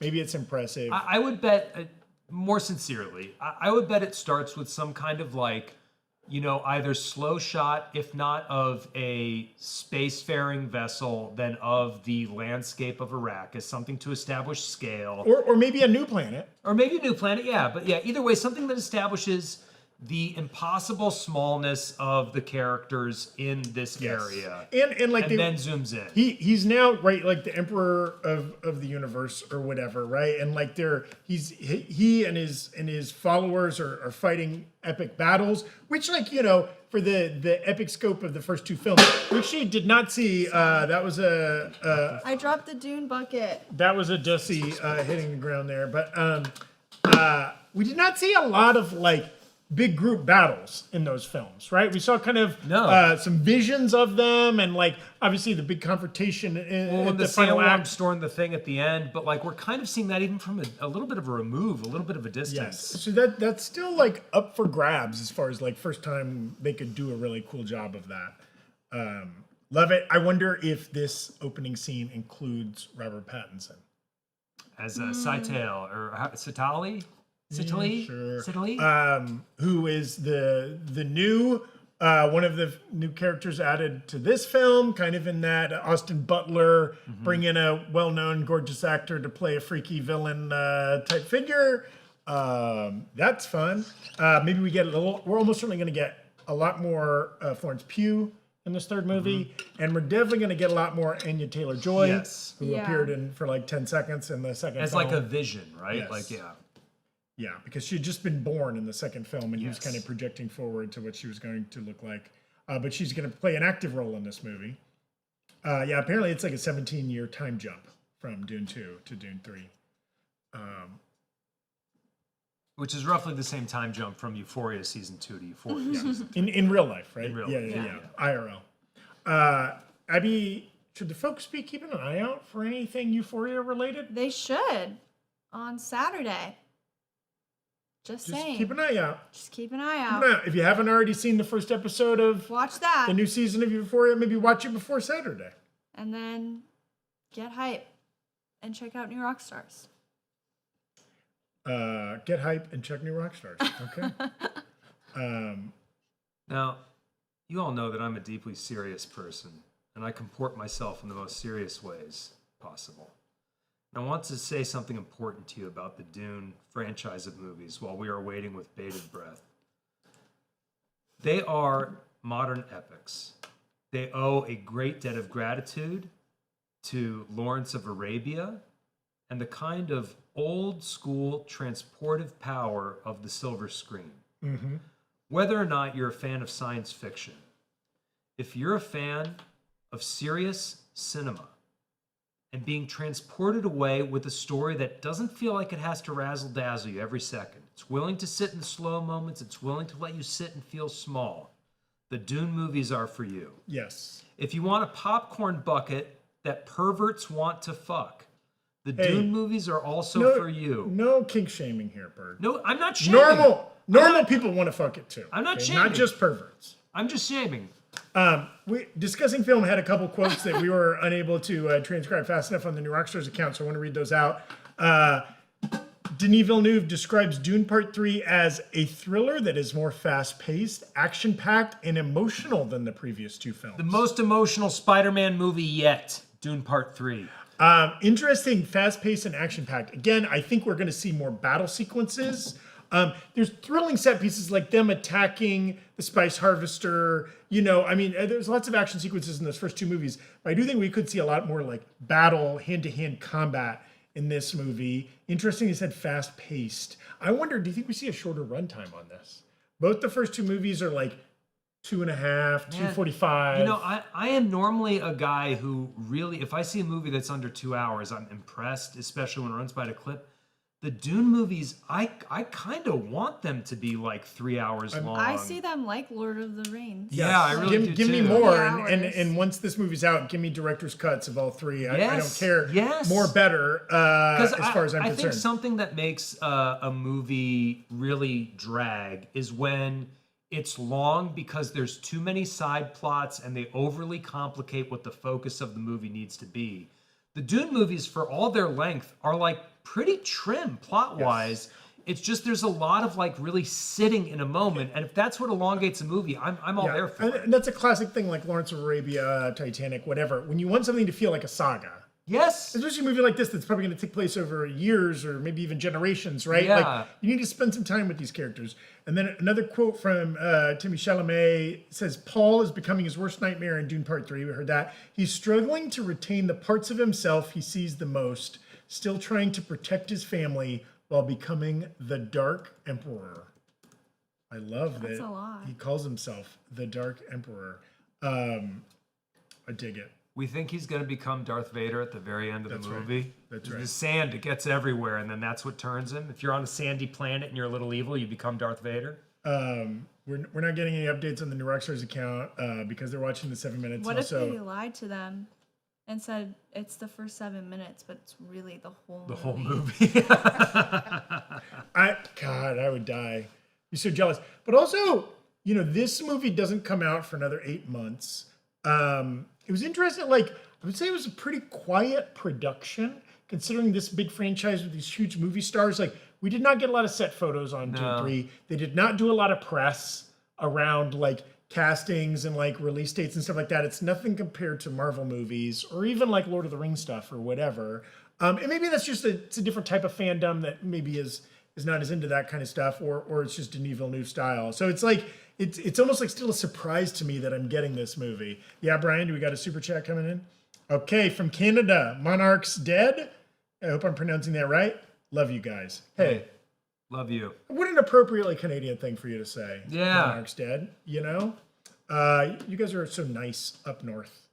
Like Anton. Like our buddy and coworker Anton is a Canadian. I've been to Vancouver and Toronto, had lovely experiences in both those cities. I spent a week at a comedy festival in Edmonton. Okay. Good time. Surprisingly good indoor water slide park. I at bet. the mall. I bet in Edmonton, Yes. you need that shit Yes. most months of the year, huh? Yeah. I recently went to Niagara Falls, Canada. Stayed on the Okay. Canadian side, take a look at the falls. It was lovely. I really want to get up to like the Nova Scotia, like the Yes, East me Coast. I've too. never been to Yeah. any there, and I really want to go to Quebec at some point. Yeah. I can't speak a lick of French, but I'll learn for the Quebecois. So shout out to our Canadian friends, and any country. So somebody said that they were watching from South Africa. Obviously, we've had some folks from Someone Brazil. watching from Nepal over here. Nepal. Holy shit! What are you at? 30,000 feet? Yeah, my God. Bless you. Anybody from or any place here in the U.S. too? Shout out! It's so cool that we get to connect with so many people in so many different places. We got while doing these Ireland, streams. nostalgic account 3836, watching from Ireland. Aaron Gobra. Canadian flags. Yeah, excited for that new Kneecap album coming out May 1st. hell Ooh, yeah, baby, dude. been listening to the singles. Fenian, all the way. Okay, let's see. We got people from Omaha, Nebraska, India. Australia. I mean, you folks that are in drastically different time zones. Do you just have a strange schedule? Why are you up at If you're in this Australia, hour? that's like 16 hours ahead. Maybe it's actually a normal hour for them. Yeah, so then, they're like, now all of a sudden Australia, it's like 2 or 3 in the afternoon, I bet, Yeah. Philippines, Illinois. Hey, somebody coming in from Quebec. Great. Wakanda. Oh, interesting. What time zone is it there?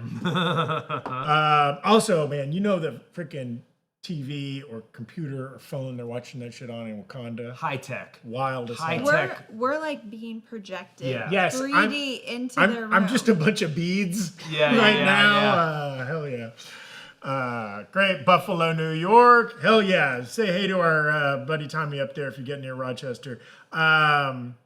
Midday in Australia. Okay, that makes sense. It's so far away. It's actually a reasonable hour. Okay. Gotham City, somebody said. Okay, we got multiple people coming in from Brazil. The bottom of the boot in Louisiana. Hell yeah. Aye!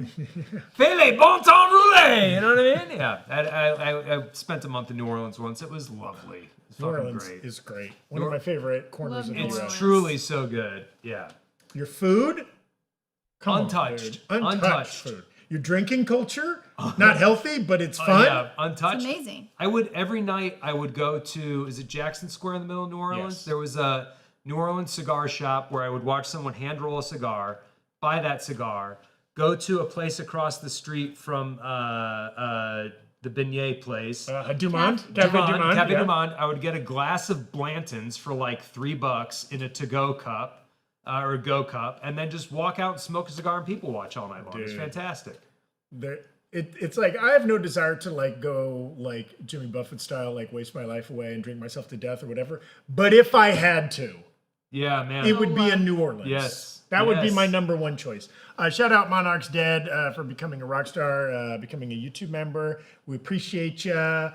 Just Khaleesi's also in the chat, welcoming Monarch's Dead. And Just Khaleesi's also a YouTube member. Thank you. Got a super chat here from Sarah Hatchadorian. Aegon's Conquest confirmed to be a 2027 movie. Ooh, I'm excited.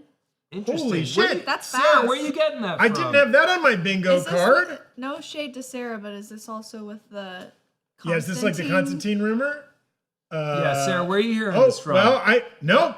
Discussing Film is reporting it. Okay. Way to go, Erik? Sarah. You're breaking news. Okay, in 2027? That soon? That's even if it's in the late 2027, that's still really Also, apparently this is also coming out of the WB panel. Zach Kreger is directing a new sci-fi film, The Flood, for Warner Brothers in theaters in August of 28. So I think this has He's been... busy, booked He's a and very busy. busy guy. He's pumping it out. I think this had been reported or mentioned in some trades before. Still big news. So he's doing Resident Evil later this year. That Gladys prequel, maybe that's next year, and this would be the movie after that. We got a super chat coming in, Brian. No, we have the description for Dune. Okay, let me read this. Yeah, Let me all right, read this. Take a It's deep my- breath, drink of water. Let me go to my happy Are place you going to here. be okay? No. Okay, Erik reporting in from the room in Vegas. The opening scene of Dune Part 3 is epic. The Fremen soldiers, led by Stilgar, invade a rainy world. They're off Arrakis. Water will fall from the sky, one of the Fremen reads from their prayer book, referring to the prophecy foretold for Arrakis. Oh no, never mind. They're on Arrakis. It's just raining now. There's some Saving Private Ryan-esque tension as the Fremen box-shaped landing craft descend. Oh, kind of like the storming of Normandy Beach Yep. there. Yeah. There's a notable focus on a crate carried by 4 soldiers. At first, there's no resistance, but then a gun turret pops out of the mud and blasts several of the landing craft and soldiers. Then a giant seed-shaped structure rises out of the mud and uses 4 to 5 of these turrets to blast the crap out of the Fremen invasion force. Stilgar calls in the structure's location for an aerial bombing, but the structure is shielded.